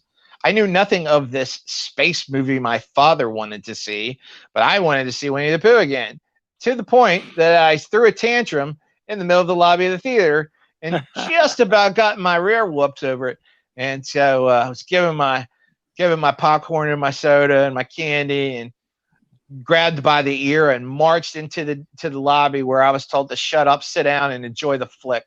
And so I sat there pouting, and I think the pouting lasted all of about 10 minutes from the time we sat there watching either the trailers or the little ads, don't flick your bick inside of the theater, and up until the 20th Century Fox logo and a long time ago in a galaxy far, far away. But as soon as Star Wars came up and that music hit, it just blew you back in your seat. And it took 3 guys to pick my jaw off that sticky floor that day, and we saw it twice. Because this was back in the day where movie theaters, if you're especially in the matinees, if you went to go see a movie and it wasn't sold out, they didn't really care if you went out and paid again for another seat, just as long as you went out and got another soda and popcorn and paid the concession stand. You just didn't get up. You just watched it again. And the only way you had to move is if the movie theater got sold out and they're like, no, you're going to have to move now. But otherwise, yeah, you want to watch it again? Just stay there. That's all that happened. And that's what we did. We wound up seeing it twice that day. Here I was, before the whole thing, literally just crying and throwing a tantrum because I wanted to see Winnie the Pooh, and then it wound up being the day it changed my life. Thank you, R. You're never interrupting, brother. I love your input. Thank you, sir. But no, good, dude. Look, that's what a lot of this is about. These memories. All these things are from our past. These are from our memories. And in the case of comic book movie adaptations, it's a double memory. It's comic books, which we love, and you're an excellent artist, so you know these things about art, and it's movies which we love, and they're tied together. That's what makes this a fun concept, for me. And let's see. Let's see. You owe your father a great debt of gratitude. Father really did know, but yeah, absolutely, man. Well, the funny thing is, I went to my dad years later when I'm in my 20s, and Star Wars had consumed my childhood. It had come back in the 90s and was reconsuming me in my 20s, and not only that, but now I've got cash of my own, which is even worse. And you're bad. So I went to my dad and I was like, "So, Dad, I gotta ask you, if you knew now what you knew then, that day I threw that tantrum out in that lobby, would you push me to go see Star Wars, or would you kept me away from it in the hopes of keeping me normal?" And it's like, I don't know. I'll have to get back to you on that one. Good answer. Oh. Does anyone want to see the weirdest comic book adaptation ever in the history of humankind? Xanadu. Oh, I don't have that one. That's not weird. It's kind of odd that they did it, but this is weirder to me because you'll just have to show it to you. What? Really? In the hell? There's no American version of it that I know of. I can't find it if there is one. But Cobra with Sylvester Stallone. Yes, sir. Did you know there is these Marvel Super Special magazines are all numbered? And did you know there was a number and a movie adaptation that never saw the light of day? It never came out. It's the number was held. Everyone knows it exists. Pages were drawn, but the magazine was never released. If I did once, I don't know. That's for sure. So you can hit us with it, brother. Go for it. Issue 15 of the Marvel Super Special was the Bee Gees and version of Sgt. Pepper's Lonely Heart Club Band, the film. And there was a movie adaptation of that. Never came out. That never came out? Jeez. Okay. That's right. Oh, my God. Very good. See, look, that's what we're here for, folks. To enlighten you and to bring you new info all the time. Wow, trust me, man. folks, you're not missing nothing on that one. I don't know who would have drawn it, but you're not missing anything. Yeah. That probably would have been the weirdest. That would even blow Cobra out the water for the weirdest movie ever. Yep. Well, I'll tell you what. Why would Marvel do Xanadu, though? Why do they think that was going to be something that their comic book readers would want to? A, I don't know why they would think comic book readers should be there, and B, how do you translate a roller skating musical into a comic book? I don't even understand how that works. At least Cobra had a coherent story from start to finish. You can kind of see where that would go right. But Xanadu, how do you do that one? I don't even know how that works. I don't. But I gotta find it now that I know that it's out there. It exists. Oh, I gotta have this. This has to be part of my collection. Yeah. Well, I mean, we made fun of it, but when we saw the movie out there, because we were dumbass kids, we don't want to see something like that. What is that? But I remember seeing the comic, and I didn't order any of them for the shop. No, that was a different. I'm thinking of a different adaptation. I saw it. So this was '80s, so I wasn't in the shop yet. I can't remember what that was, but I remember seeing it. And maybe I just made fun of it. I'm thinking of Xanadu. I tell you what, it's tough to find a picture of the cover. I don't know if you looked. I didn't even know this thing existed until I was doing the research on this. I'm like, you gotta be kidding me. I've never seen this. I've never seen the comic. I've never seen a picture of the comic. I've never even heard there was a comic. I didn't know this existed. This, there's no recollection of this at all except for a Wikipedia entry. And I was like, you got to be kidding me. This is out there? Well, that's that's just got to be found. I mean, I got to have that. Yeah. Oh well. If I'd known that, I would have digged it up earlier. I went digging for it. Yeah, I don't understand this Cobra thing either. I'd never heard of this. Well, obviously, there's a reason we've never heard of it. Look at it. It's it was never over here. So, I mean, the movie is not one of Stallone's little masterpieces. Let's put it like that. No, but if you have a a disease, this is the cure. yeah, that's right. I don't stop at the store. Yo. You're the disease. I'm the cure. I'm the cure. 1984, we had Conan the Destroyer. We've already shown one of my other favorite films in 1984. That is, of course, my beloved Star Trek III: The Search for Spock. But there were a lot of films in 1984, and there were a lot of comic book adaptations. You want to see the cheapest, yuckiest, weirdest looking one? This is one I've seen a picture of it back when it came out.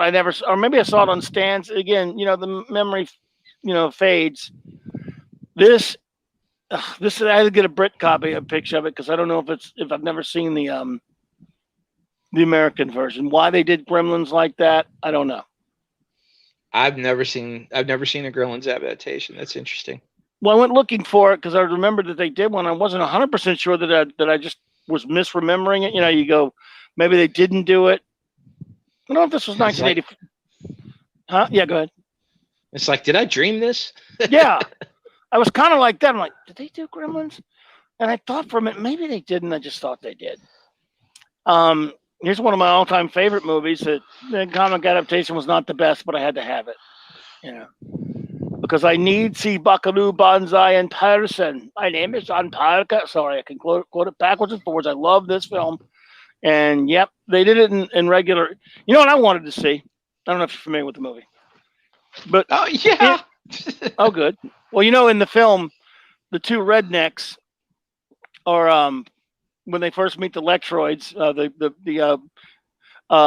When they first meet the red Lectroids, led by Christopher Lloyd, they see that the black Lectroid had a copy of the first issue of Buckaroo. The latest. It's Buckaroo Banzai. It's the latest issue, and it looked like a Michael Kaluta cover. I don't know if it was. Oh, I'd have to go back and watch the movie again to tell you for sure. It looks like one. It's tough to see it, but even in the theater, we're like, is that a Kaluta cover? And it's not the comic adaptation or anything like that. Of course, it was made for prop for the movie or whatever have you, right?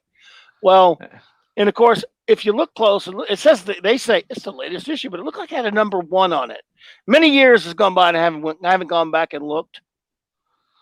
But we'll see what Eastland says about Xanadu, by the way. Xanadu has a lead character who had the job of painting a large version of a vinyl record cover, and he resisted making it exactly like the album cover. Okay. Yep. Melinda would smack me, by the way, because she loves this movie. She made Michael watch it. So they did a show about this, didn't they? They did a podcast about it. Yeah, but the ultimate revenge is coming because somebody sent her a copy of Christy McNichol in the Pirate movie, which is also a musical. And I don't know if you ever saw this movie, but we've left the realm of interesting 80s musicals, and I don't know. I think we left cheese. This is just, I mean, if it's cheese, we're into mold. We're maybe into mold now, but you're talking the sharpest of cheddars here. I mean, wow, the Pirate movie. Ooh, That would be vengeance on her. Oh, yeah. Oh, my God. That'll be fun for them. But, yeah, they had their live stream today about Rambo. I had to miss most of it, so I got to hear some of it. I watched some of it. But speaking of Melinda, my wonderful retro wrestling friend Melinda, I guess I'll pay tribute to her with Xanadu and with this. She loves this film, this Nell Van animated film, Rock and Roll. I don't know if anyone remembers this. Yeah. This was also comic book sized, by the way, not magazine sized. To anybody out there who may have a copy of this on DVD, VHS, because the original film, the original masters on this thing, I think burned up in a fire. That's right. That is right. And so there's very few prints of this stuff still around. And I don't think an international print exists. It's only because there's a difference between the U.S. print and the and the international print. And the master was the international print that burned up.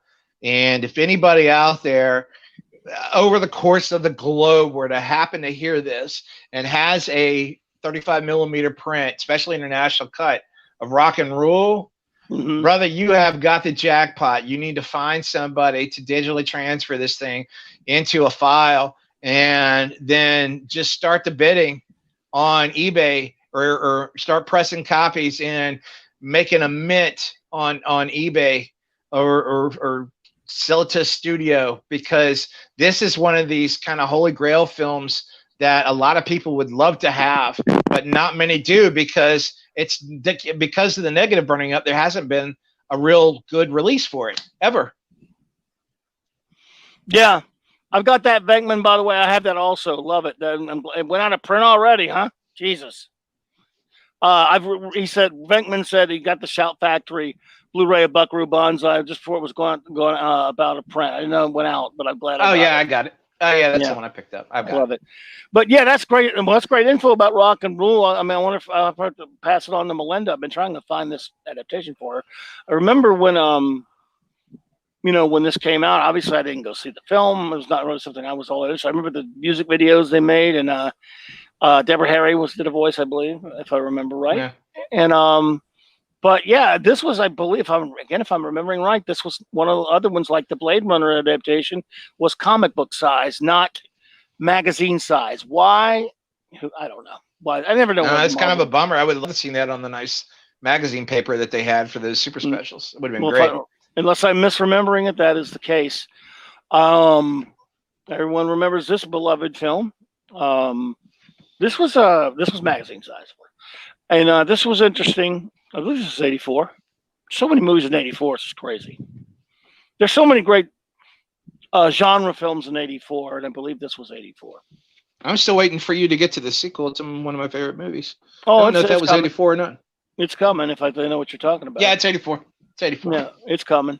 But again, this is a beloved film, Last Starfighter. This is I thought it was a Simonson cover at first, but it's a Jackson Geist cover, but still. Cool. It looks Simonson-y for some reason at first. Okay. In the background's a little bit, kind of. But anyway, it's again, who did the interior? I couldn't tell you because it's been so long.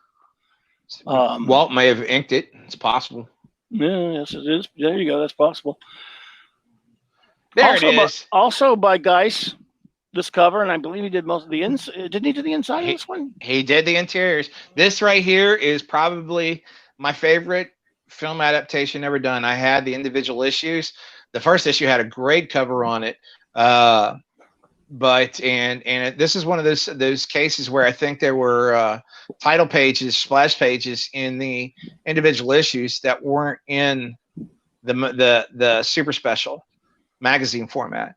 But guys just did a great job on this thing. I mean, there are definitely some panels better than others as far as capturing the likeness, but he sure as hell gave it his effort. And man, do you have the back cover of this thing by chance? I did not look for it. I'm sorry, man, but the back cover is actually an interior splash page of the entire temple with Kali in the skull at the bottom with the stones and the pit, and it is an amazing piece of artwork that, drawing a space like that's so in perspective is damn hard. And what he managed to accomplish doing it was really incredible. And yeah, it's just a really well done. There's a scene in there that was cut from the film, mainly because Kate Capshaw just didn't have the stones. The snake thing? The snake. Yeah. There was a scene where they're out in the woods and she goes, "I'd rather sleep with a snake." And she goes, "I said, cut it out," and throws the snake over her shoulder. But what was originally she was going to go take it while she was taking the bath. I remember, yeah. And while she was taking a bath, she was supposed to get wrapped up in the snake, and then he was going to have to save her, which was like double jeopardy because of how he feels about snakes. But that scene was cut and wound up her being done with her bath, and then the snake being substituted for the elephant trunk. Yes, he tells her to look, just pet the snake and it'll leave you alone or whatever. And he talks her through it because he's too chicken to go after the snake. It was for him in the comic adaptation. Yeah. By the way, D. Oberg, thank you for being here. By the way, D. Oberg, man, those Doomcock covers you do are fantastic. I saw them the other night at that round table, man, and I loved them, dude. Great work. Kudos, sir. I'm so proud that you're here. Thank you to be here. Rock and Roll Laserdisc for sale on eBay, $25. Well, wow, there you go. Maybe somebody could copy from that. I don't know. Yeah, it'd be great to get a copy from a Laserdisc. Somebody could burn it. Because yeah, I mean, I don't have the ability to play Laserdisc anymore. But yeah, this was a really well done. Growing up, this was my favorite one. This and the Empire and Jedi ones were my 3 favorites for sure. And it was amazing. Yeah. Thank goodness they had a comic book of it because I was not a fan of the film. Yeah, this was one. I don't know why I went to see this thing. I never read the Herbert books, although they're very well respected. A lot of people like them. But I did buy this comic, and this Sienkiewicz cover has always been pretty interesting. Did he do the interior? Or am I remembering it wrong? I can't remember who did the interior. I have no idea. I'm bad with the interiors, but I bought it when it came out. And again, we're staying in. We're doing a lot of 1984. We're not even done with 1984. No, we still got another 1 or 2 to go. Let's see. Now, I don't know if I have them all anyway, but I think this was one. Yeah, I went to see this thing. Of course, I went to see it. I don't know why. Tanya Roberts. Well, that's why. No. Well, no, there was. We were hoping that this would go more hard PG-13 or even into our realm, and instead this was like more Disney realm, and yeah, it was pretty bad. It had the dude from Soap in it, if I remember right. But yeah, I think so. But a couple more actually. Now this is a weird one here. This doesn't. You notice it doesn't say it is Lord Greystoke. This was supposed to be their excuse for an adaptation of Greystoke, Legend of Tarzan, Lord of the Apes, the Christopher Lambert film with Ian Holm, which I thought was pretty good. I liked it as a Tarzan freak. They did a lot from the novel. This comic, I mean, this was sort of considered an adaptation of that, but. See, I was concerned when I was doing my research on this because I wasn't sure if this was an adaptation of Greystoke, the Legend of Tarzan, or the Bo Derek Tarzan, the Ape Man. It's too late for that. Yeah, true. That was like 80, 81, I guess. But no, the great thing about the Legend of Greystoke Greystoke, the Legend of Tarzan was, I believe that was the film that introduced us to Andie MacDowell. Yes, but her lines were dubbed by Glenn Close. So, but yes, they did. You're right, though. That was her first, yeah. And I actually liked that. I thought it was a pretty good telling of the origin. I thought it was pretty good. But it's been a while since I've watched it. Yeah. I still don't think we're done with 1984. I believe no, this was a little bit earlier actually than 84, but it's right around. Was this 83 or 4? 83 maybe here. Just tell what the year. That Tarzan, was that a Tom Yates book? That was a Tom Yates, yes. Thanks for reminding me. I do believe that was him. Yeah. I mean, I'm not swearing to it, but I think so because he did some Tarzan stuff, and I think he might have done that one, man.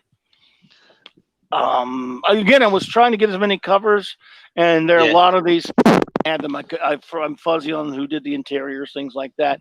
A lot of people love Crawl, in spite of it being what was considered a box office bomb. I never bought this adaptation, and I don't think I ever went to see that. That was a film that everyone tried to get me to go see. I was working in a comic shop, and for whatever reason, I did not go see it. However, good cover, and it's a well-liked film.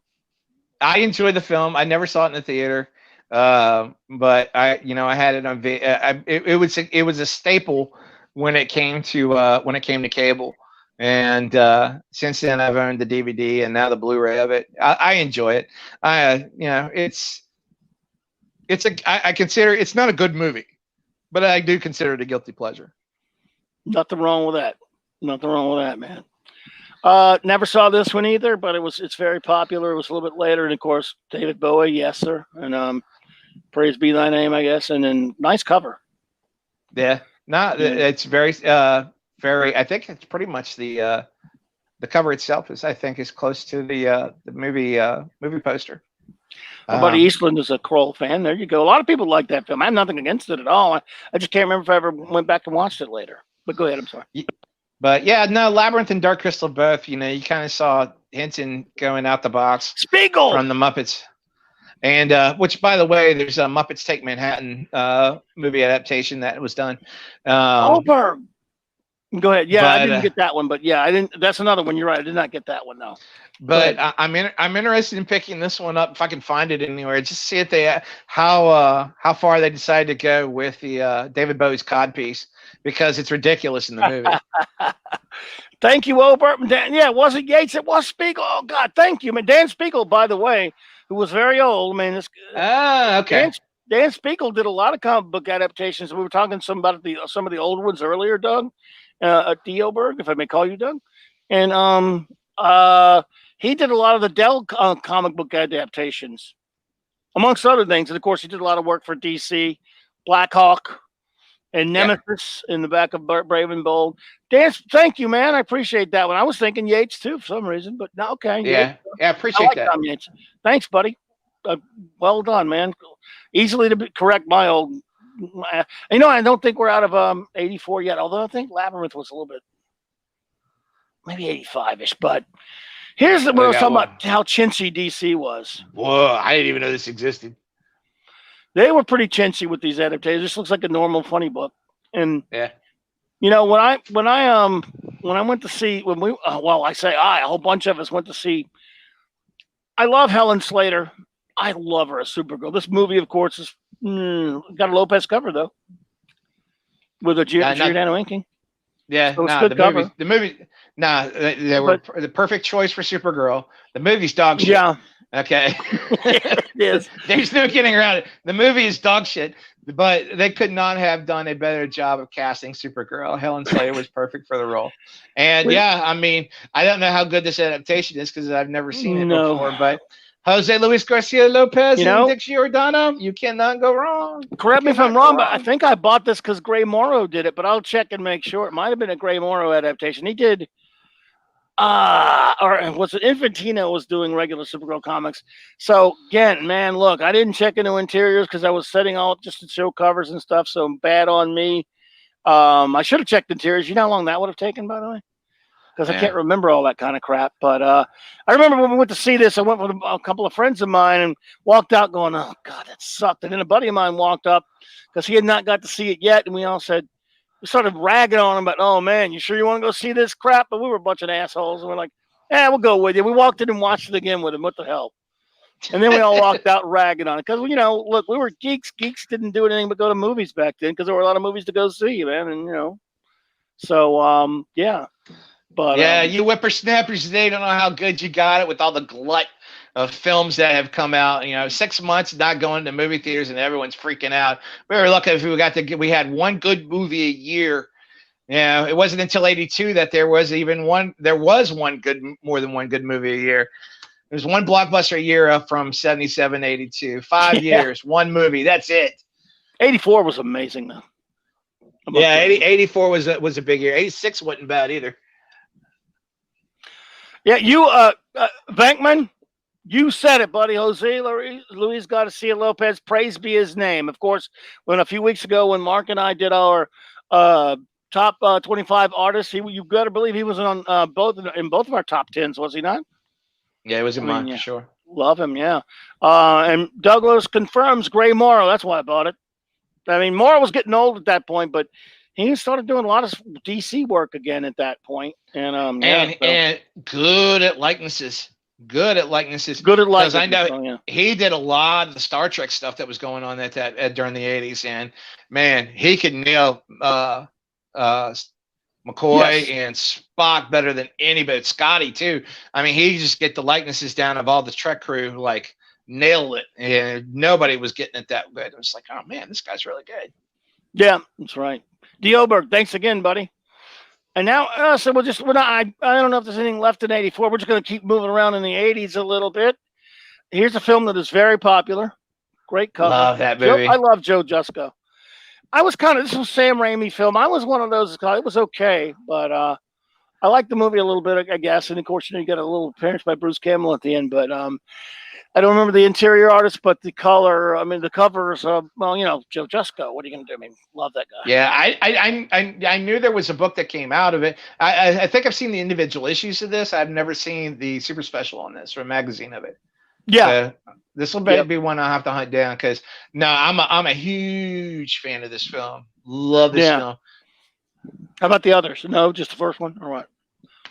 No, the other ones are garbage. The only ones, as far as they exist, is the one with Liam Neeson. Gotcha. I never watched the other ones, but I was again. This is when they went to start. You remember the Marvel graphic novel line when graphic novels were actually graphic novels and they weren't compilations, and that got blurred. I never bought this because Willow I thought was an okay fun movie. It was all right. Wasn't my biggest thing, but semi-interesting cover, I guess. Bob Hall, not somebody I would pick to do a book, but so there it is though. I remember they did an adaptation, but yeah, they started putting some of their adaptations in the Marvel graphic novel line for some reason. Yeah, I saw you get in the corner there. You got 2010. I can't remember if that was a graphic novel or if that was a Marvel movie special. What 2010? Oh yeah, this was a cool cover. This was again. Oh yeah, 84. That was one I forgot from 84. Everyone, sorry. Yeah, it was like I think there's one more from 84 there somewhere. Probably is. You can see these. I can see them. Yeah. Oh, I don't know. You can see that. I don't know I can't see that when I'm on other people's screens. Oh, cool. Anyway, yeah. Actually, I'm sorry, I forgot this one. I love this film. I really, I thought it was a lot of fun, and this was you did not have to be on LSD to enjoy this film. Just a straight science fiction film. It was I don't say very, but fairly true to the book, which I liked a lot. And I remember reading it before film came out. And so, yeah, Roy Scheider. But as you can see from, let's see here. This little thing, this little here, there's one of the regular issues. Yeah, but I like 2010 a lot. I thought it was pretty cool. And that's a good cover. We may have covered most of 1984. Let's see here. Beckman. That's a running gag with a lot of my Convo podcaster friends. Whenever you say the name Jose Luis Garcia Lopez, you have to follow it up with praise be his name. Well, I'm on board with that, brother. I love that guy. He is the ultimate DC style artist. Yeah. Now there was a couple that Marvel did in magazine format. I don't know if they were 84, but it'd be around this time. One was Red Sonja. Yeah, I didn't load it, but I saw it. It's a crappy cover. I'll put it up in a minute. One was Santa Claus the movie with John Lithgow and Dudley Moore. They did an adaptation of that one. And a couple years earlier in that, they actually did one to the Albert Finney. See who all was in that movie. I think Carol Burnett was in it. Version of Annie. Yep, Annie. They did that in super special and comic book form. So they did both of those. By the way, Darkman. Yeah, it was Bob Hall of the Darkman adaptation. Bob Hall. Thanks, man. I appreciate that, man. That's cool of you to do that for me. I was being a lazy asshole just getting covers there. And Mark Texiria, nice dude, by the way. He's a friend of mine. Yeah, nice feller. I haven't seen him in a while, but yeah, he's a good buddy. Good dude. But where were I? Damn it, I was looking. Oh, well, we're still, of course, in the big 80s. Here's a weird one. Again, this is why I say DC was always chintzy with their adaptations. Oh, wrong one. This is the wrong one. We did this earlier. And it's a nothing movie. Why they did an adaptation, I can't tell you. A Gene Colan cover, though. So that's it. There's that, man. But yeah, remember this film? Again, why was there a comic book? Because back then, they just did that. That's what we're here with. They just did it, man. Why not? You're right. Again, why would you take a musical and turn it into a comic book? Because I don't know. The whole reason for watching the movie is because of the music, and now you're changing it into a comic book, and it doesn't make sense to me. Xanadu's the worst though, because it's like roller skating, very motion driven, and then the music, which doesn't translate into the book either, and you're just kind of like, this makes no sense to me. But I can't believe it happened. Oh, I didn't know this existed. I'm gonna have to find this one. That movie is just Yes. bug nuts Fun crazy. movie. Yeah, Fun Terry movie. Gilliam. I don't know where he gets his drugs, but he needs to share. Yeah. I was hoping they would do a Brazil adaptation, but they didn't. Eh. But yeah, they did this one though, and I don't know. I think they did this as a super special, but I can't swear to it. They may have. That was kind of when that was sort of a movie, right? Um, but Yeah, no, this was big. I actually had all these issues. I was desperately looking forward to each issue of this coming out, because even though I understand people who hate this movie that are Transformer fans, I dug it, and so I was very eager, looking forward to the individual issues coming out. Now I think only got released as individual issues. At some point in time, I'm sure it was collected in a trade, but not at the time. All it had was its individual issues. yeah, they kind of started to stop doing too much. Like doing it with doing your what should we call it? Your super special and then regular issues. That kind of stopped being as the kids say, a thing after a while. By the way, just for you, buddy.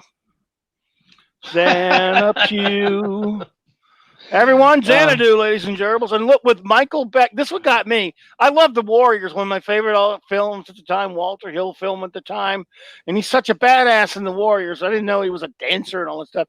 When I saw that he was in a dancing movie, it's a musical. I'm a kid, remember? I was 16 years old. I was like, the hell's he doing in that thing? Bro, what are you, a man or a... Yeah. But again, I know Michael Beck from 3 movies: Warriors, Xanadu, and one that I can't believe that I don't believe they ever did an adaptation to the movie, but honestly could have continued on as a comic book to everyone to pick up the license, and could have been a really fun comic book, a la G.I. Joe style, which was Megaforce. He was in that as Dallas, and that would have been a fun comic book to read, because it could have been like really kind of off the rails version of G.I. Joe, between the characters that the movie had and the vehicles.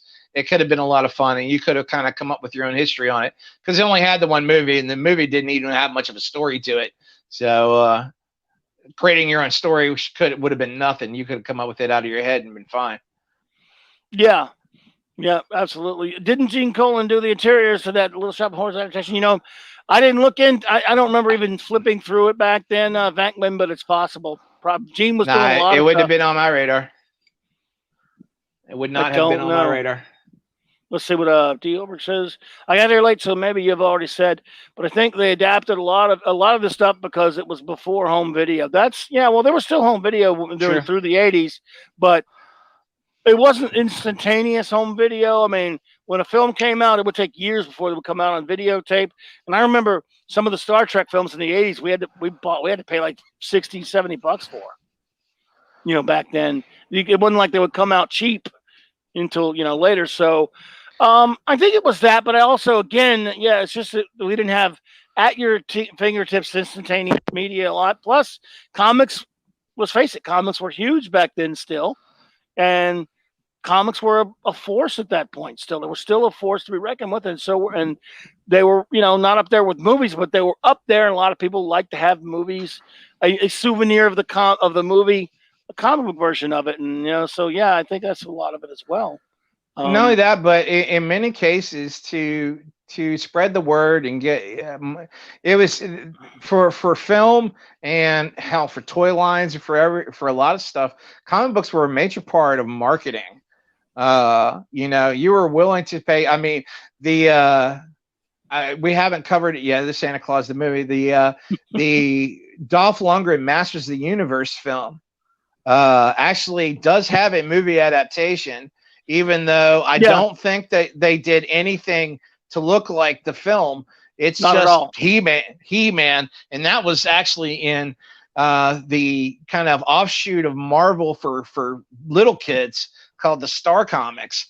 Star Comics. Well done. Yes, that's right. Yeah, and Yeah, but I mean, it looks like a regular He-Man comic book, and it looks like somebody took a typewriter and just typed on it, official movie adaptation or something on there. It's really terrible. But yeah, I mean, this is all great for marketing to, much like the cartoons were and everything else. It was all to promote product elsewhere. But you got some really good stuff out of it. There it is. You got some really cool stuff out of it because of it. And comics were better for it, because a lot of times, especially when you get somebody like the Buscema stuff, when you start talking about the Conan, where you didn't stay true to the actual likenesses and what was exactly seen on film, and you just had a guy creating a comic book with a script, and you wind up getting something really cool. It didn't happen often, but when it did, it was kind of a welcome change. Yep, absolutely. And we talked about, this was a point where I think Marvel was starting to get a little chinchy with their adaptations. And I remember I mentioned DC was always kind of chinchy with them. Like, at least they used a photo cover for this garbage movie, and fitting it's a garbage in a garbage dump scene right there. And again, the Superman, the two worst Reeves Superman films got comic book adaptations, and the best one, the first, does. Of course, I don't want to go into that rabbit hole, but I'm one of those few that hates, except for the Donner cut, I hate Superman 2, but that's for another time. Here's a Marvel's first foray into cinema. And you talked earlier about how if it was an adaptation of a film that was from a comic. I'm seeing Masters of the Universe. Really? Well, I got. I don't know why I got that up there. Let me see. Or what are you looking at? Are you looking at the outer screen? Actually, I think my screen is frozen because I'm looking. See, I've got a copy of the screen, but then all of a sudden it's frozen up because it's like the time on there has stopped and everything. So yeah, it's just frozen on there. That's all. Yeah, weird, because there we go. Now it's better. Oh, okay, good. There you go. Now I've got Howard the Duck on there. There you go, Howard the Duck. Santa Claus the movie. Lone Star says after Sheena, Dune, and Red Sonja, this was the fourth box office bomb in 6 issues to be adapted by Super Special. I need to see that site. Lone Star, cool. Yeah, the Super Specials, I guess at that time, were petering out, I suppose, and they were they're like, yeah, you kind of need to stop that. I guess we need to stop. Thanks, man, Douglas. I appreciate that, dude. Appreciate it. But yeah, I went to see this drivel. It was fun going to see Howard the Duck and seeing all the idiot parents who brought their children to see it, and walking out as soon as you see was it like duck breasts at the beginning of the film? And, yeah, you're just like, really? Okay. Yeah, buddy. So that was weird stuff. And then of course, but they still did some DC. Like I said, they did get chinchy in some cases. Marvel was still kind of hanging on a little bit. Great. I didn't get the Robo. Yeah, great movie. I never got this one. I did have the one for the second movie though, which at that point was no longer in the. I don't know if they actually did a comic book version of it. I know it was in the Super Specials. Actually, at this point, in sort of the Dark Knight Returns trade format, what would eventually become our standard trade kind of stock and paper inside. I mean, obviously a lot thinner because it was just a movie adaptation. But yeah, that's all it was. That's what they were starting to do with them. So Howard the Duck was the last Marvel Super Special movie adaptation? Wow, I didn't know that. Yep. Well done, Douglas. Man, dude, you're the man. I wish you should be doing this show, not me. But it wasn't the last time they did an adaptation in magazine format. They did it at least one other time. At least one other time. Okay, what was it? You can surprise me. Indiana Jones and the Last Crusade got a magazine release. Special mag, yeah, I had that. It if you bought the individual issues, you got to see it in color. But if you bought the magazine, you got to have the art in black and white. Yep. That was 1989. That's what that's man, I can't remember. Did they adapt any other films in 89? Maybe not for Marvel. Maybe Marvel did a few, but I don't know. Okay, wow. Well, I didn't get the second one. And in fact, I didn't even get this RoboCop one. At that point, I was at a different stage in my life at that time. Marvel and DC, I didn't buy a lot of their books at that point. I was pretty pissed off at them and wasn't buying very many movie adaptations. So, but I did buy this one. Where are you?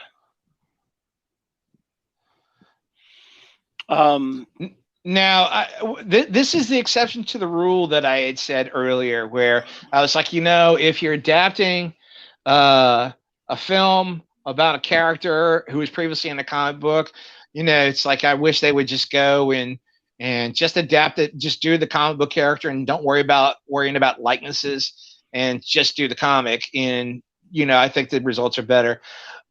Kudos to Jerry Ordway on this thing, because he slavishly got the likenesses almost for every frame. Yes. This is probably, pound for pound, if you want to think of it as a pure movie adaptation, might be one of the best ever. I mean, truly, as far as let's take the film and the images of the actors and put it in a comic book, this may be one of the best ever done. Yeah. Yep, that's true. It's amazing. By the way, Doug Oberg, he's getting his info from the Lone Star Comics website. Is that related to the Lone Star Comics in Texas and Dallas? I used to love that shop one of the times I was able to go there. I guess they're still there. Is there a sister website called Barf? I don't know. There might be. What the hell? That's a Spaceballs reference. What? Spaceballs? That's a space. Yeah. Oh, Lone Star and Barf. It took me a second, but you gave it away, so I didn't do a good job on that one at all. But yes, there's the one Venkman was talking about.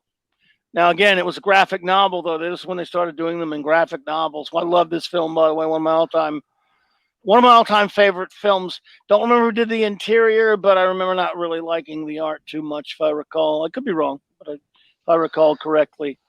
Should have got Carl Barks to do it. I doubt it. Or Dan Rosa. Was he alive at that point, Barks? I'm not sure. No, but Dan Rosa, I think, would have been. There you go. Yeah. The graphic novel size. Of course, anyone ever read the book, Who Censored Roger Rabbit? Wow. Weird book. Very weird. So, yeah, it is. Okay, it is based on, it's Lone Star Comics. Those shops still there? Cool, I hope so. Now, here's just a couple of...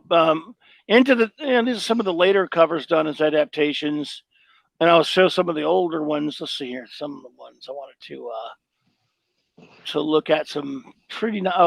We did forget one. I mean, this is another crappy movie that Marvel adapted for some goddamn reason. And yes, I'm an idiot that went to the theater to see this. Sue me. I don't know why.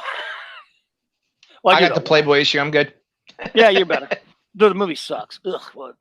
But it was there. Here's one, and a lot of people don't like this movie. I guess I'm a weirdo because I didn't mind it and everything.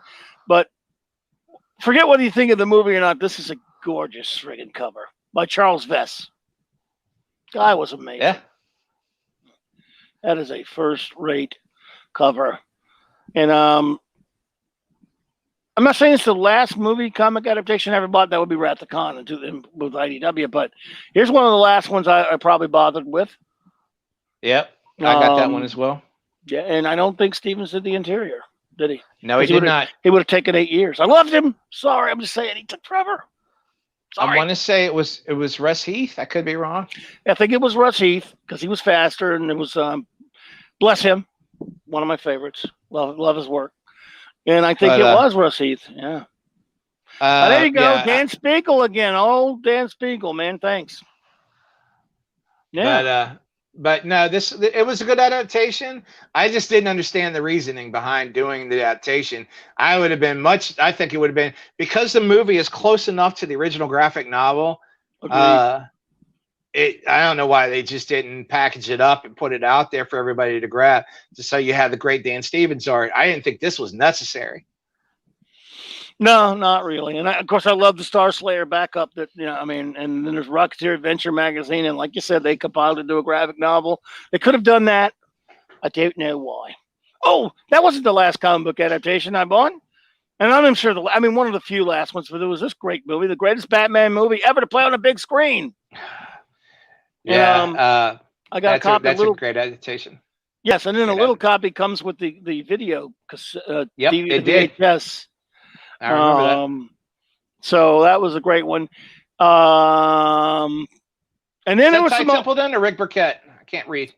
It is Mike Parabeck. Mike Parabeck did that. Wow. Yeah, I love Parabeck.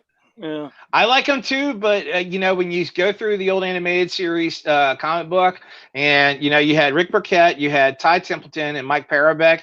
I always thought Parabeck was kind of the lesser of the three, but he upped his game on this one. He really did.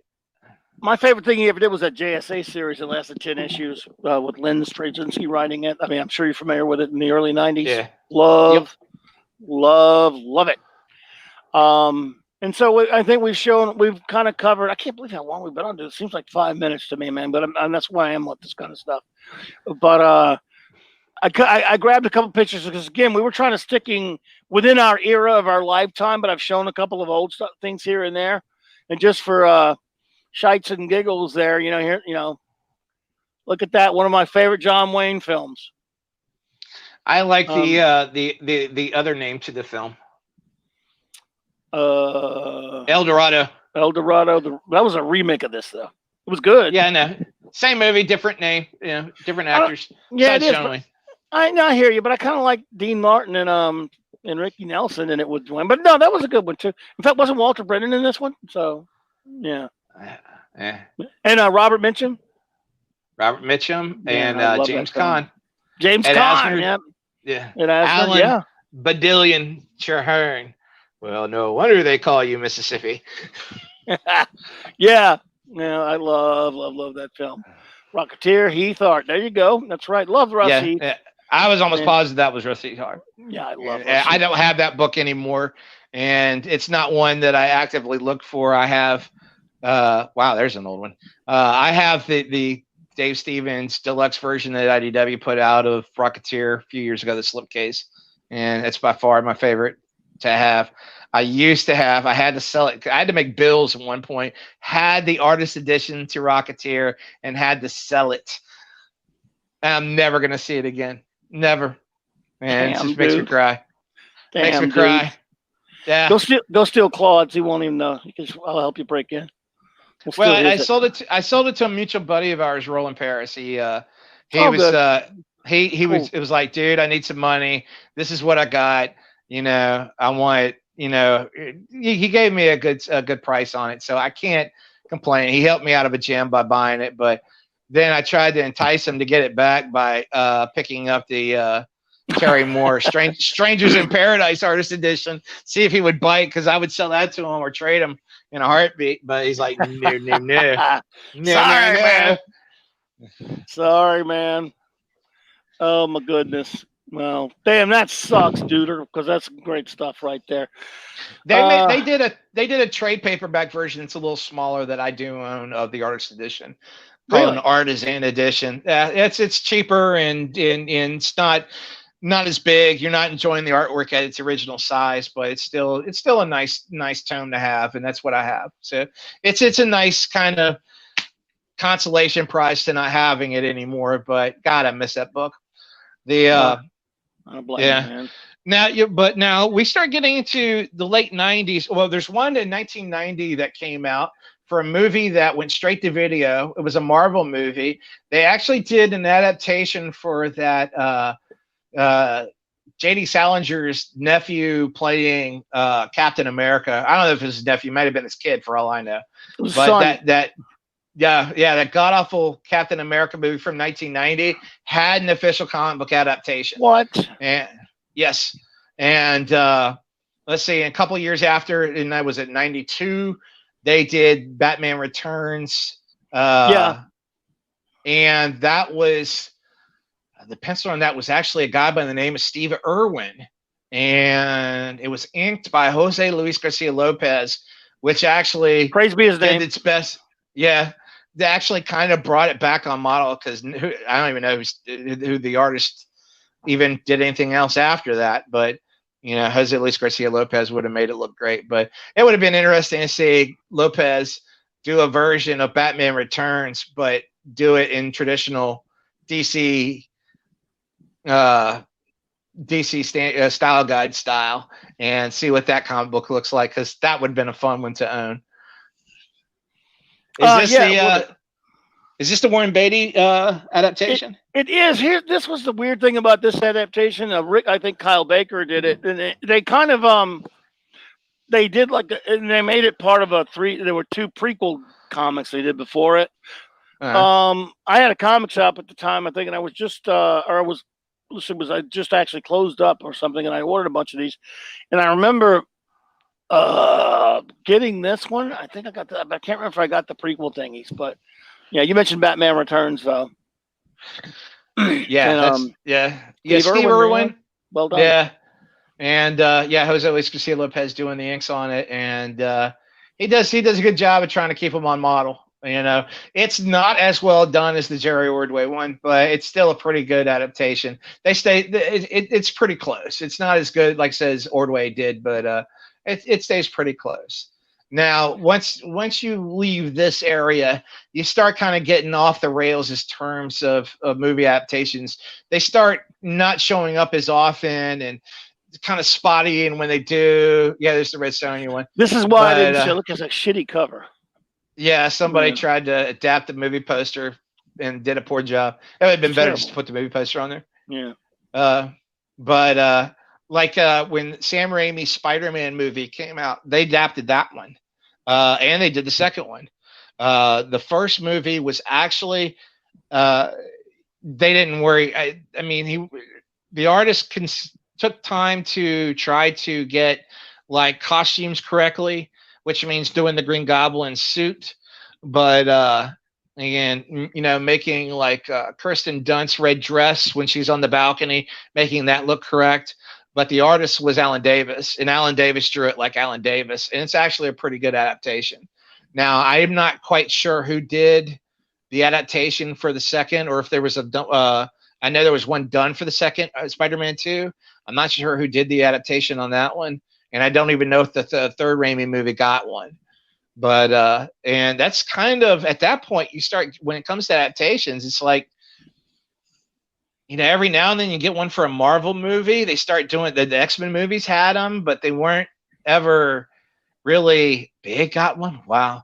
They weren't really promoted. And I mean, the Star Wars ones were usually pretty good from Dark Horse. And then of course, Marvel decides they're going to go back and try to redo them all. But my understanding is with Rise of Skywalker, the script just kept changing, and they kept going back and filming and filming and filming, that there was no way to even come close to trying to get a adaptation within 6 months of the release of the film, and then the film was pretty well panned by everybody. Even those that love Last Jedi hated it, and then those that hated Last Jedi were just like, well, it's just kind of more of the same, so what'd you expect? And so I think they started it. I don't even think they're finishing it. I think they just canceled it. And so Rise of Skywalker will be the only Star Wars movie to never get a official movie adaptation. Which I think is hilarious. It's hilarious. That is hilarious. Nobody gives a shit anymore. It's fantastic. Well, nobody gives. I mean, Marvel's Star Wars books just got canceled too, so they're not even published in the regular series. So it's like, we're penciling the line, and Star Wars is on the downslope. I mean, when I tell you, I picked up I remember during the prequels that Treasury edition of number 1 of Star Wars was it was well over $100. I mean, you could find one that was in very fine condition, and you weren't going to pay less than $75 for it. And most of the time, you're going to pay over $100 for a very fine copy of it, mint to near mint, and you were looking like at $175, almost to the $200 range. It was that pricey, and I think I picked up all 3 of them. I picked up the 2 that the splits, and then so 1 and 2, and then the third one, which was the whole thing all together. I think all 3 of them I got. I would say they're in very fine condition, and I think I paid $25 for all three. Yeah. Wow. It's like how far has the giant fallen? You know, it really kind of bothers them, but at the same time, it's like, well, sweet, I've got them now. Fuck yeah, man. It's pretty cool. I mean, Yeah, no, a lot of these treasury editions, because they're so hard to stock, a lot of the guys have had them, don't want to put them out, but they do have them. And so as boxes are starting to come out in various shapes and sizes, they're actually getting boxes that will hold treasury editions. And so they're starting to find their way back on the shelves for the first time in 30 years almost. And so they're actually, the price on treasury editions is starting to drop. I picked up a ton of them, and I don't think I paid more than $15 on any of them. wow. Now they're not all near mint, I'm not, but the only ones that are there are a few out there that really still hold in price, which is the crossover ones, the Superman Spider-Man one that Ross Andrews did. The sequel to that you can find for $10. The Jose Luis Garcia Lopez, praise be his name. Praise be his name. Incredible Hulk Batman one, still very pricey. And then surprisingly enough, two of the DC ones that were the Superman versus Wonder Woman, and then the Captain Marvel / Shazam versus Superman are both still very, very expensive.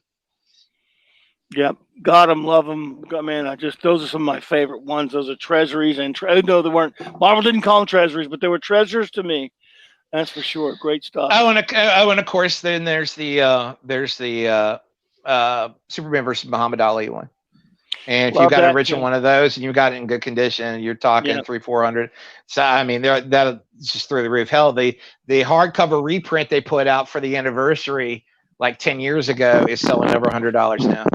Damn, my original's in really good shape though. I love it. I love my treasury edition collection, but I stopped after a certain point when it started getting really stupid and ridiculous. So there's some gaps, but I take pride in my friend who I told you about earlier, who went and got them all and completed his whole treasury tabloid collection. So I'm proud of him for that.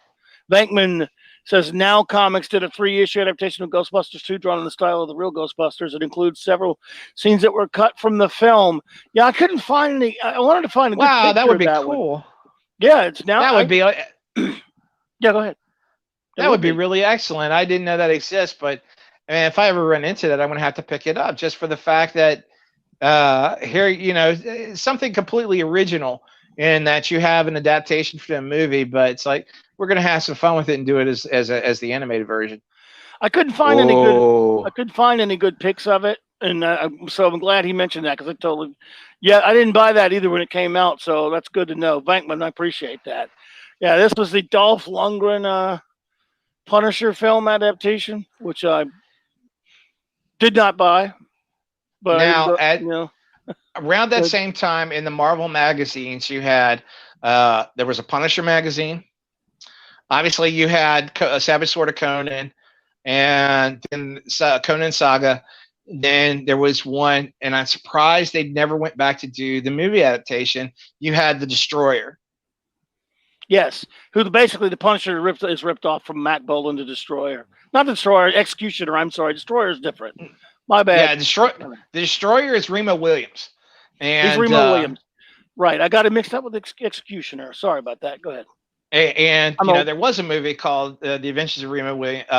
Remo Williams, The Adventure Begins. I haven't. Yeah. It's a fun movie, but the great soundtrack to it too. But I was really surprised that even though they did Destroyer magazine, they didn't go back and adapt the movie, and it would have been fun. But just kind of because I don't think they ever really did in the magazine. I want to say they just kind of did adventures. I don't know if they ever did an origin, even with the #1 issue. I don't think they did an origin. I think they just did Remo Williams Adventures. I could be wrong. I mean, I'd be happy to be wrong on that. But I don't know, but I never got the mag. But I've seen a picture of it somewhere recently. Now, this is deceiving here, but we were talking about Planet of the Apes earlier, big Apo file. We were talking about Planet of the Apes earlier. I just wanted to bring it up. That is the cover of the first Planet of the Apes black and white Marvel mag, but this is from a site that has a bunch of these. I don't know. It's probably not legal. But they've got a bunch. You can read these online, and this is it had they put the movie adaptations in these mags, but these mags also had other ape stories, and they were great. But By the way, these were great magazines, by the way. Go ahead.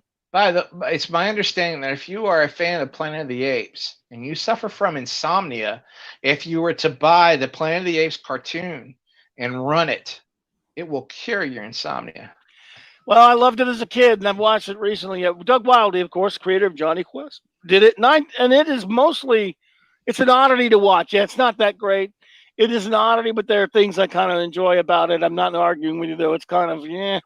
But most of it's based on Monkey Planet, actually, not as much Planet of the Apes. I thought I'll say this. I thought they did a good job on it as far as trying to capture the feel of Planet of the Apes. The problem is that there's letting a story breathe, and then there's just really slow pacing. And that thing moves along at a pace that only a snail could love. It's, what's weird about it to me, though, is that, like I said, they didn't base it on the films. They based it on Monkey Planet, the original Pierre Boulez novel, because the apes had technology and cars and all this kind of crap in the cartoon, like they did in that. And they had jeeps, they had military jeeps. Yeah.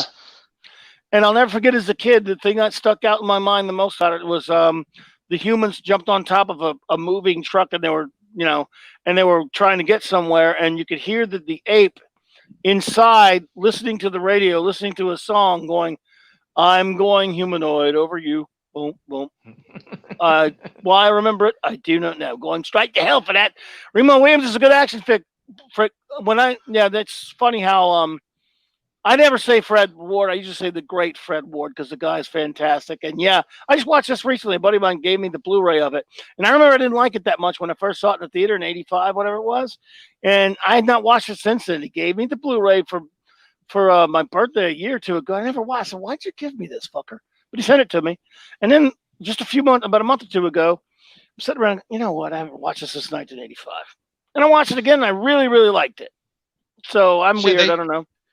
Same if the actors were of their age then today, and they tried to make it today, poor Joel Grey would have been raked over the coals in today's climate. Oh God, yeah. That was again, it's sad, but that's the first damn thing I thought of when I was watching it, man. And the sad part is he was great in the role. He was a great shit. I loved him in that movie. Brilliant. I'll tell you what, we covered a lot of ground, I think, in the time we were up here. I mean, obviously, we just kind of basically did some stuff. So, what is your favorite, before we get done, let's see, do you have a favorite comic book movie adaptation? Well, like I said, it kind of comes down to three of them right now. And, like I've mentioned that I don't have the Flash Gordon one. So that may wind up hitting the spot when I get it.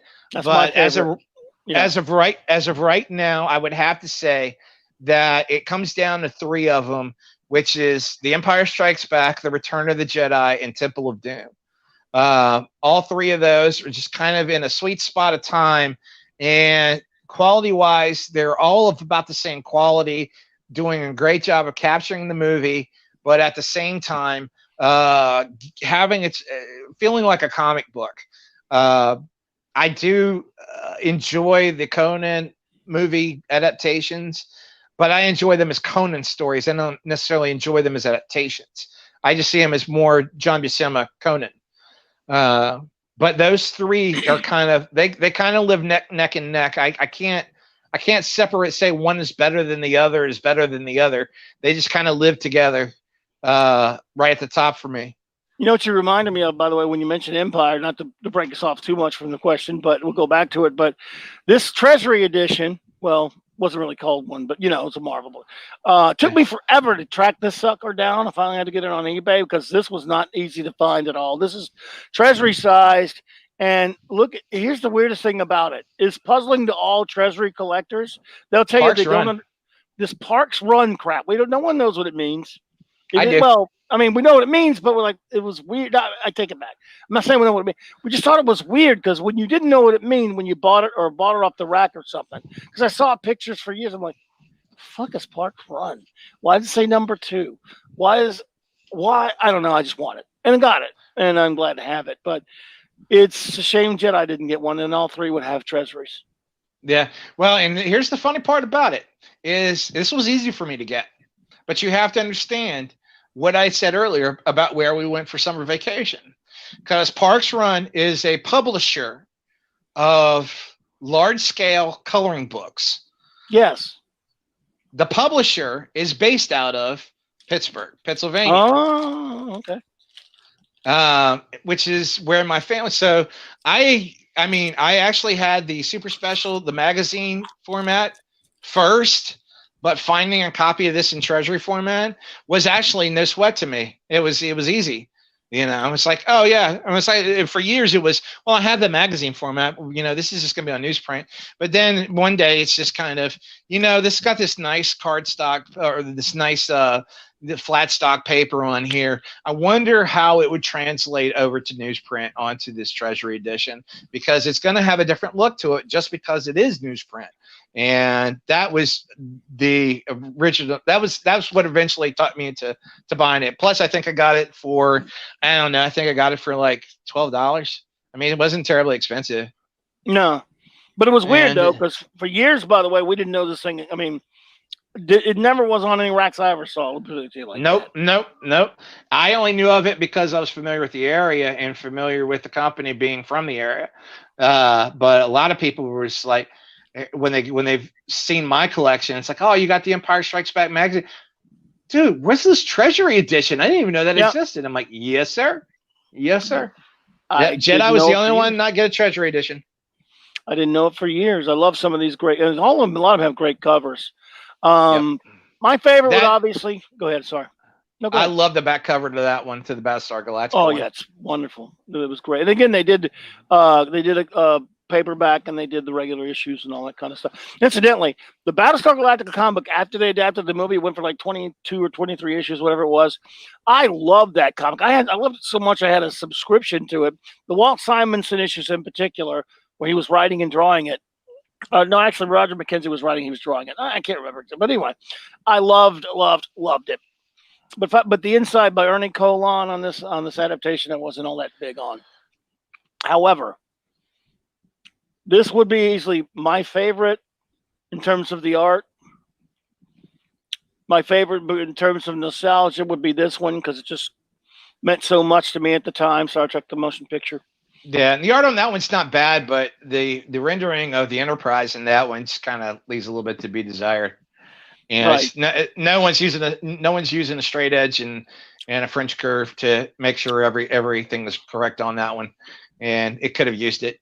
Other than that, but as far as the likenesses of the characters and while they're inside the ship, that is great. Oh yeah, and again, that cover, that Larkin cover, is Bob Larkin cover, I believe it is. It's superb, or is it Jusco? One of them. Why don't I get those two confused? I don't know. Anyway, because I'm dumb, that's why.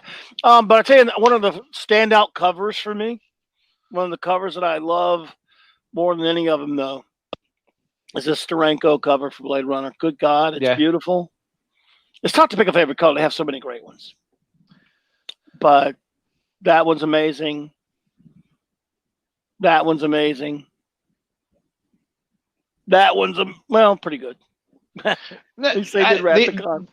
Yeah, I'm not big on the cover on it, but the interiors on that book were so well done to really try to capture the feel of the film. They worked their ass off on that book, and it showed. It really did. And yeah, it's not an easy find. When it first came out, I think I saw like it was like 4 or 5 issues, and then it was collected. And yeah, I think I've seen a couple of the individual issues. I've never seen it all together. And go ahead. This is Conan the Barbarian's a great one to have. Yeah, great cover. It's a movie poster. Yeah. My comic shop is Lone Star. That is true, by the way.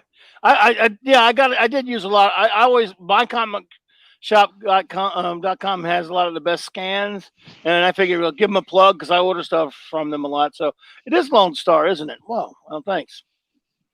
And a shout out to them and a plug to them. Not that anyone cares, but still, because I like them. And I'm gonna have to order some stuff from them apparently because there's certain comics nobody carries anymore. Like the new Warville comic came out, and our idiot local jackass only got one copy, and Claude got it. So damn him, jerk off. Yeah, I'm right now. The ones that's tough for me right now are the Jean Giraud Blueberry Westerns from Epic.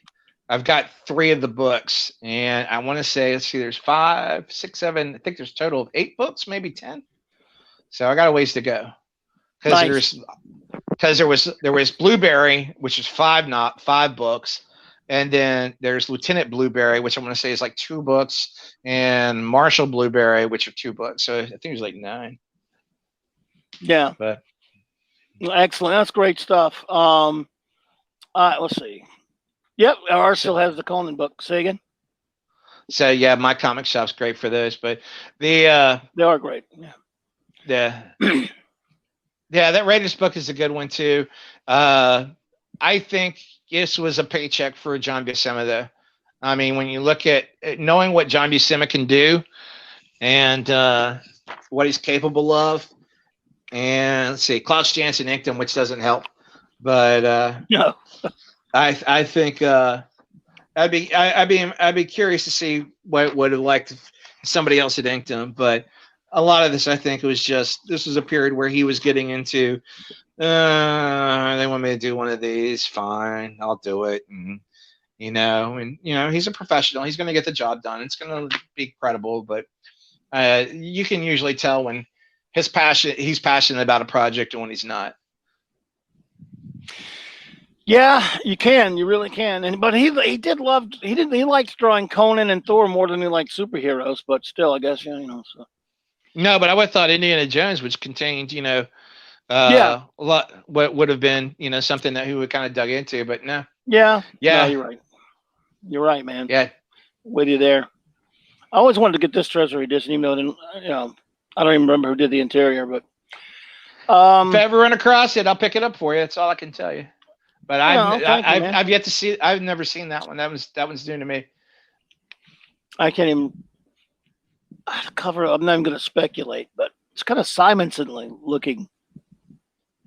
At least some of it is, but I say bloody no. Could be anybody. Yeah, definitely different. Somebody like Paul Galassi or something. Yeah, because I think Simonson was at DC at the time, really. So when this movie came out, so yeah. But hey, man, look, let's see if we got. I want to thank everyone for being here tonight. Did the movie adaptations? Did they pay more? That's a good question, and I think they probably paid the. I'm going to say knowing Marvel and DC that they probably paid the same. I don't think these guys got a lot of.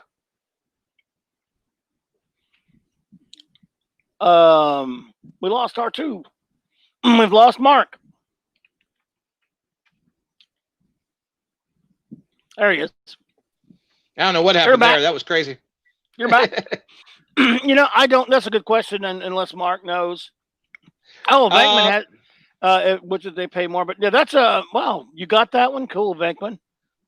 I would imagine it probably meant a little extra money to the artist, not a whole lot. I would imagine it meant a lot more money for the studio. I mean, because I don't think this was a case of Marvel having to pay a licensing fee to do an adaptation. This is a studio going to Marvel saying, "Hey, do this for us," and paying Marvel to actually do the book. So it was great for Marvel because they didn't have to really come out of pocket to pay anybody. And for most of the time. And so I imagine a lot of these guys maybe have gotten a little bit extra in a page rate, but, I can't imagine they paid a whole lot more. I think it's probably, Martin Goodman and Stanley and whoever else. Roy Thomas probably. Goodman was gone by the time, but yeah, Jim's Galton, Jim Shooter, a lot of those guys. Yeah. Let's see. As says, they can't interior. Oh, Simonson. So he wasn't Marvel. Okay, there you go. Interior by Simonson. Good. I thought he was freelancing because he did a lot of DC stuff at the time, and he was at Marvel as well. So man, he's just the guy that did Close Encounters, Star Wars, Battlestar Galactica. so many other. Well, that's why he was on. He was on both of our lists, wasn't he? So yeah. Yeah. Is that Golden Voyage of Sinbad comics? That Toth? Well, that's a Gil Kane cover. I don't know who did the interior on it because I'm a dumbass. I'm looking at the corner box. It looks like Toth in the corner box, but it could be Kane. It's a Kane cover. Yeah. But, well, no, but the corner box would have nothing to do with the rest of the cover. No, I know. Well, normally in a regular superhero book, but at this point, I don't know because they only did a couple of Sinbad. Marvel only did a couple of Sinbad books, but definitely it looks like Kane with an inker. Like I don't know if it's an Esposito or somebody like that inking him, or not, maybe Ramita. I don't know, but yeah, it's Kane cover. But Worlds Unknown, man, I've always wanted to go back and collect those. They're probably not even worth anything, but they did a lot of different adaptations of books and movies and stuff in those, and they were weird. Like I said, they did all kind of weird stuff with that. They adapted science fiction novels. They adapted again. I showed this earlier for those who didn't see it. The Day the Earth Stood Still. This adaptation doesn't look anything like it. It doesn't look like Gort to me. I don't know. I distinctly remember, even in black and white, I don't think he was green. Nope. And no Klaatu on the cover. Klaatu for nicotine. But anyway, and anyone remember this film? God, I love this movie. Ever see Fantastic Voyage? Love it. This has been ripped to death so many times. This movie, ripped off. I mean, with the great Stephen Boyd. The only time it was ever ripped off well was Inner Space. I thought. Agreed. Raquel Welch at her Raquel Welchiest. Woo! Love it. So, yeah, man. Well, I looked and covered. We covered a lot of this stuff. We went all over the place, but that's what you do when you're just jumping around. Oh, this could have been better, but yeah, if you get a chance, I need to go look at my Buckaroo Banzai again. But again, it looked like a Kaluta cover. And also looked like it was a #1 on it. But even though it's Buckaroo Banzai, the latest issue. But I'll tell you now. But now I want to go watch Buckaroo Banzai again. And now I'm going to watch. I don't know. I don't actually want to go watch The Black Hole again because I don't have it. You have it? I don't have it. I have it on DVD. I don't have it on Blu-ray. I don't even know if it was ever released on Blu-ray. It may have been. I think it has. Yeah. But Black Hole is one of those weird movies because you watch it and you're like, okay, we're going to have this really cool science fiction movie. And it kind of steers you down that direction. And it's like, all right, are we going to go Star Wars and action-y on this, or are we going to go kind of cerebral on this? And it doesn't kind of know what it wants to do. And then it's like it waffles back and forth, not knowing. And then you get to the end, and I don't think they even knew how to end this movie. And because you watch the end of this thing going, I don't know what I'm looking at. This is just bizarre. And it's like, this is some sort of acid trip fever dream of an ending. Wow. I don't know what you're doing. It's like, is it Maximilian the robot? Then the dude who ran the station. It's like, did they just go to hell? Is that what happened? They probably went to hell. Well, Jack Kirby did the comic strip of it later. I don't know if he thought they went to hell or not, but I'll tell you one thing. I liked it as a kid when I saw it on like, was it New Year's Eve or New Year's Day, whatever it was back on New Year's Eve or something. I don't know why at the Broadmoor Theater in Baton Rouge, but yeah, that's where I saw it was the Broadmoor Theater, no doubt. Oh wow, damn, dude, I love it. I mean, I love that time. That and Clash of the Titans. By the way, do you know what happened to the marquee to that theater? Yes, I think didn't John Snyder buy it? Yeah, he did. Yeah, I think he got like 4 seats, and then he got the marquee. I don't know if it survived the flood, but I know prior to the flood, he had it hanging on his fence. And it warmed my heart to see that thing got saved. For those of you out there who aren't from the Baton Rouge area, we had a movie theater here called the Broadmoor, and it was a dump. It really was. I loved it. It had the best popcorn. It was a slope movie theater, and you hear stories about slope movie theaters about the floor being sticky. Let me put it to you this way: flypaper. If you went flat-footed on the floor with a shoe, you're coming back with a sock and no shoe. I mean, it was that bad. Yeah. And I But saw Wrath of Khan 10 times there, brother. I love it. I In 80, saw, see, Clash of in the 82. Titans.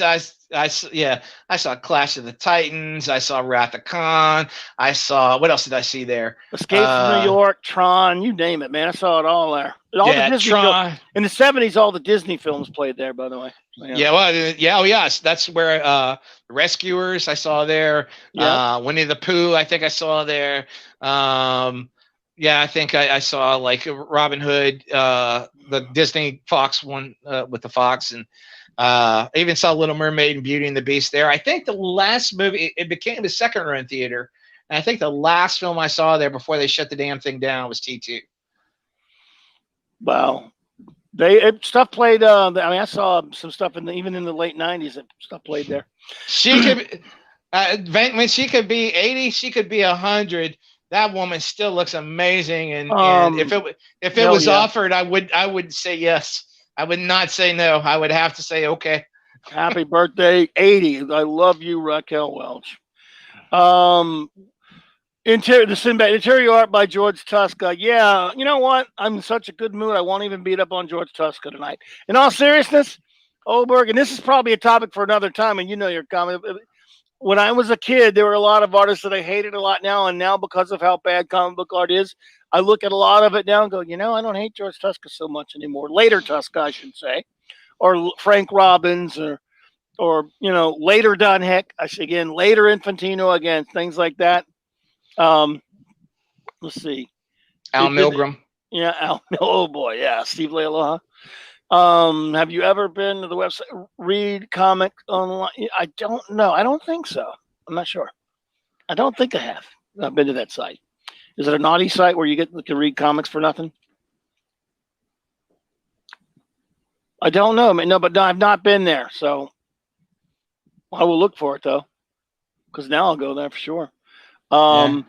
But so those they tended to give those comic adaptations. They didn't really care much about them. They gave them any kind of those early. Well, like I said, you start tracing the newsstand market, and the decline of the newsstand market seems to coincide with the decline of the movie adaptation and the value that the adaptation has, because this was a normie's fix, a normie to buy for their kid who loved these movies, and be like, here's a comic book to hold you over while we either wait for the movie, or you love the movie, here's a comic book. It was a cheap buy for a normie to get for their kids. But as the newsstand went away and you had to go into a comic shop to get, especially on superhero films, to get these adaptations, and it's like, well, why do I want an adaptation to a Spider-Man movie when I could just buy a Spider-Man comic book and the movie's there? So the movie adaptation doesn't serve as much of a function anymore. And if we could ever get a newsstand back again, and I don't know if that'll happen or not. I know cats over at Allegiance are trying, but I don't know. Mitch is aggravated his base a little bit by putting books out in the stores before his backers got them. And, I heard about that. Yeah, they kind of. I didn't know that was the case, and I remember seeing the Allegiance books in Walmart, and I wanted to be like, hey, I want to support these guys, so I bought them all. Yeah, well, I mean, it really comes down to just Red Rooster, and the fact that he put it out there, he crowdfunded it, he made good money off of it. I mean, I think he did. Final tally was almost at 180 grand on it. And you make your promise to your backers, and they're the ones that got you through the door, so that you can make these deals with these other companies with like the Walmarts to get your books in there on a bi-monthly basis. That's how this all got started. It's where your capital came from, is from your backers, and you take care of your backers. And agreed. Yeah, the only thing I can think of is either he thought he could do it all, and it wound up eating him alive and trying to get it all done, and he couldn't do it. And at that point, you don't say no to Walmart. You can't.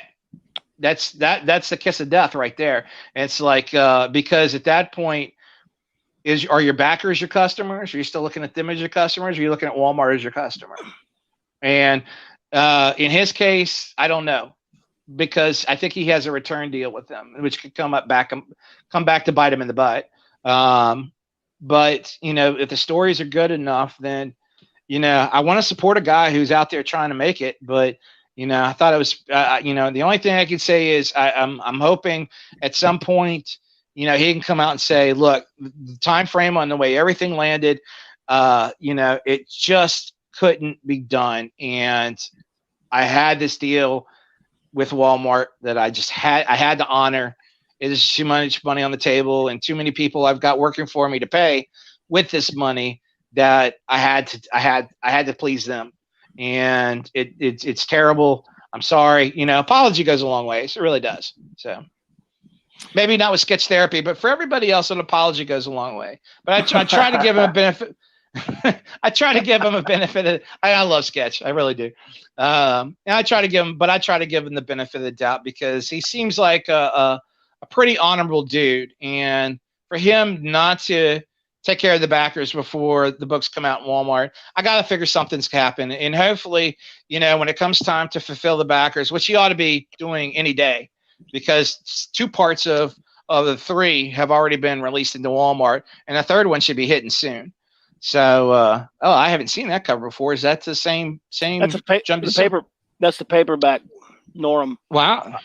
I think I have that. Or no, I bought it when it came out. I'm trying to look and see who this is. Earl Norm did the cover. Wow. The late great Earl Norm. But it's just an abridged up, probably black and white. If I remember right, I think it was a black and white version of the film.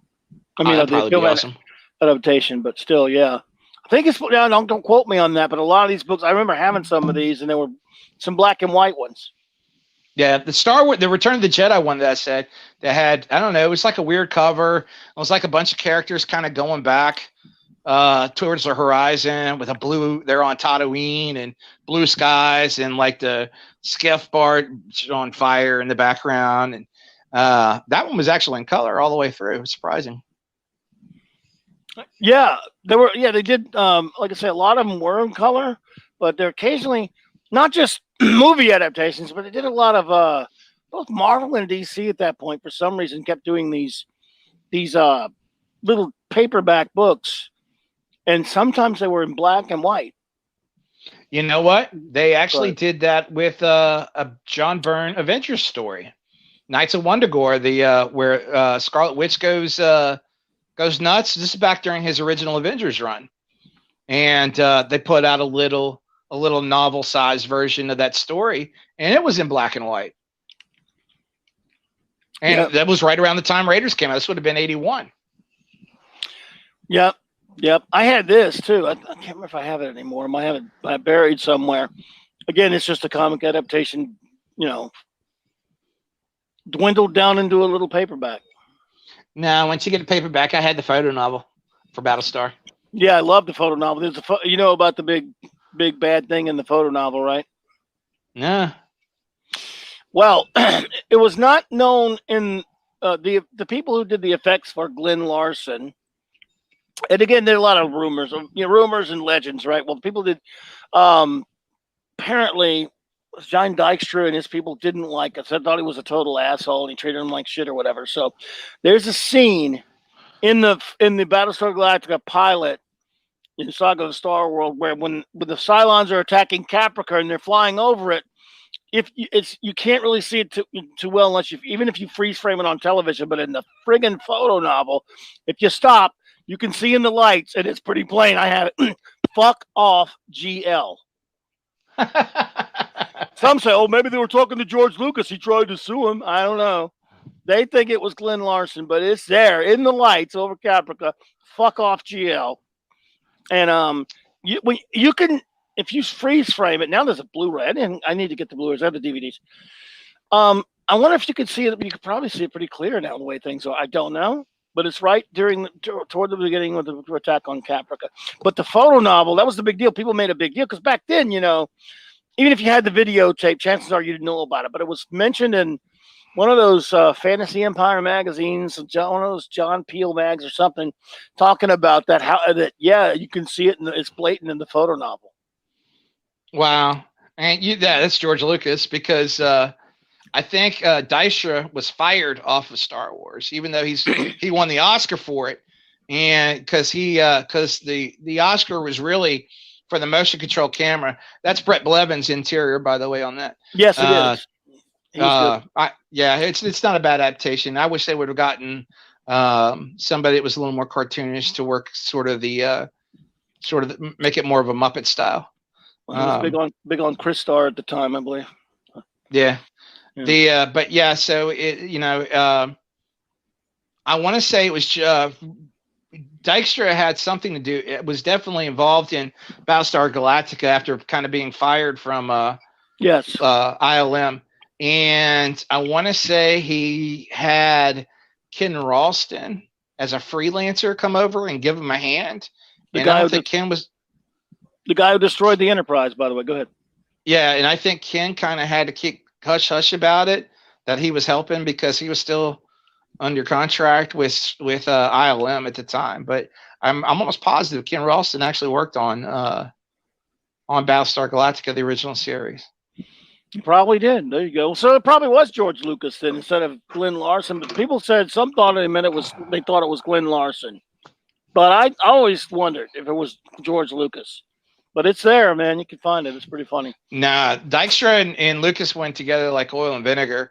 When Lucas tells that story about how he went to England to film the movie and came back, and the movie was coming out in a year and they didn't have a single shot. It fell onto Dijkstra, as far as who got read the riot act. And, the studio at that point is looking for a head to roll. And my understanding was it was Dijkstra's that had to roll. But he wound up getting the Oscar for it because he's like, George didn't understand. We spent all that time developing this motion control camera to be able to do the shots to begin with. And it took that long to, nobody had ever put a motion control camera together like this before. And we're putting it together from scratch. And, so yeah, he was happy to go up there and get the Oscar for it. And I'm sure it burned Lucas that he had to give that he got the Oscar. Yeah, well, it was Ken Ralston, by the way. It was the punk ass. We called him at the time. That was we were pissed when they blew up the Enterprise in Trek 3 when it came out. Like, you mother! It was a great scene, by the way. It's wonderful drama, but god damn it, man, it's the Enterprise. You're blowing it up. Shit. When we saw it, and Ralston and Sin Fantastic or something later talking about, I hated that big gigantic ass model. I'm glad we got to blow it up. I don't have to use it anymore. Like, screw you, man. But we were childish that way. Yeah, Ralston was also the one who figured out how to film the Mantara Nebula for Star Trek 2. As far as, because I think it was done with was it water or some fluid, and then they put food coloring in it and light it a certain way, and then speed up the camera so that when they played it back, it moved really slow. And that's how they filmed it. You gotta love practical effects, man. Mm-hmm. Gotta love them. Yeah, I'd love to get this Steranko Outland adaptation. I don't even know how much that sucker is now. I haven't a clue. I've never even seen it. I mean, that's one of those. Let's go to eBay and find out. But yeah, I haven't a clue. This, like I said, this and the Alien one were books format at the time at the store, and I would just go flip through them and want them. And you know what? Wait a minute, that's Alien. Outland, it may have been something I was seeing in magazines. I can't remember if I actually saw it at the store or not, but Alien was always there, and I should have got it. Yeah, I hate like I said, the cover, new cover to the Alien reprint. If you just want the story and the art, and it's not about having the original version, you can have it. It's a totally different cover, though. That's fine. Yeah, but you could probably get it on Amazon. I don't think it's. Let me see. I've got it right here. This isn't even all that great of a cover, anyway. To be honest, yeah. Titan Books, and it was $15. Oh well, good, nice, cool. Now, if you want the artist edition, that's going to cost you a pretty penny, because. But yeah, no, and it may have gone up in price a little bit because but Alien: The Illustrated Story, Archie Goodwin, Walt Simonson, like I said, it's a totally different cover. It's just a close up of the alien with a white background, and then it's blocked out in the bottom. It says Alien: The Illustrated Story. white on black. And but yeah, no, it's easy to get a hold of. Looks beautiful.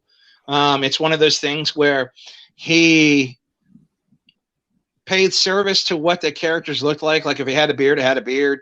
You know, the hair for Ripley is as close to the hair she had for the film, but he's drawing Walt Simonson people. He's not really worrying too much about making them look like Sigourney Weaver and Tom Skerritt and, you know, Ian Holm, although he gets close with Ian Holm a couple of times.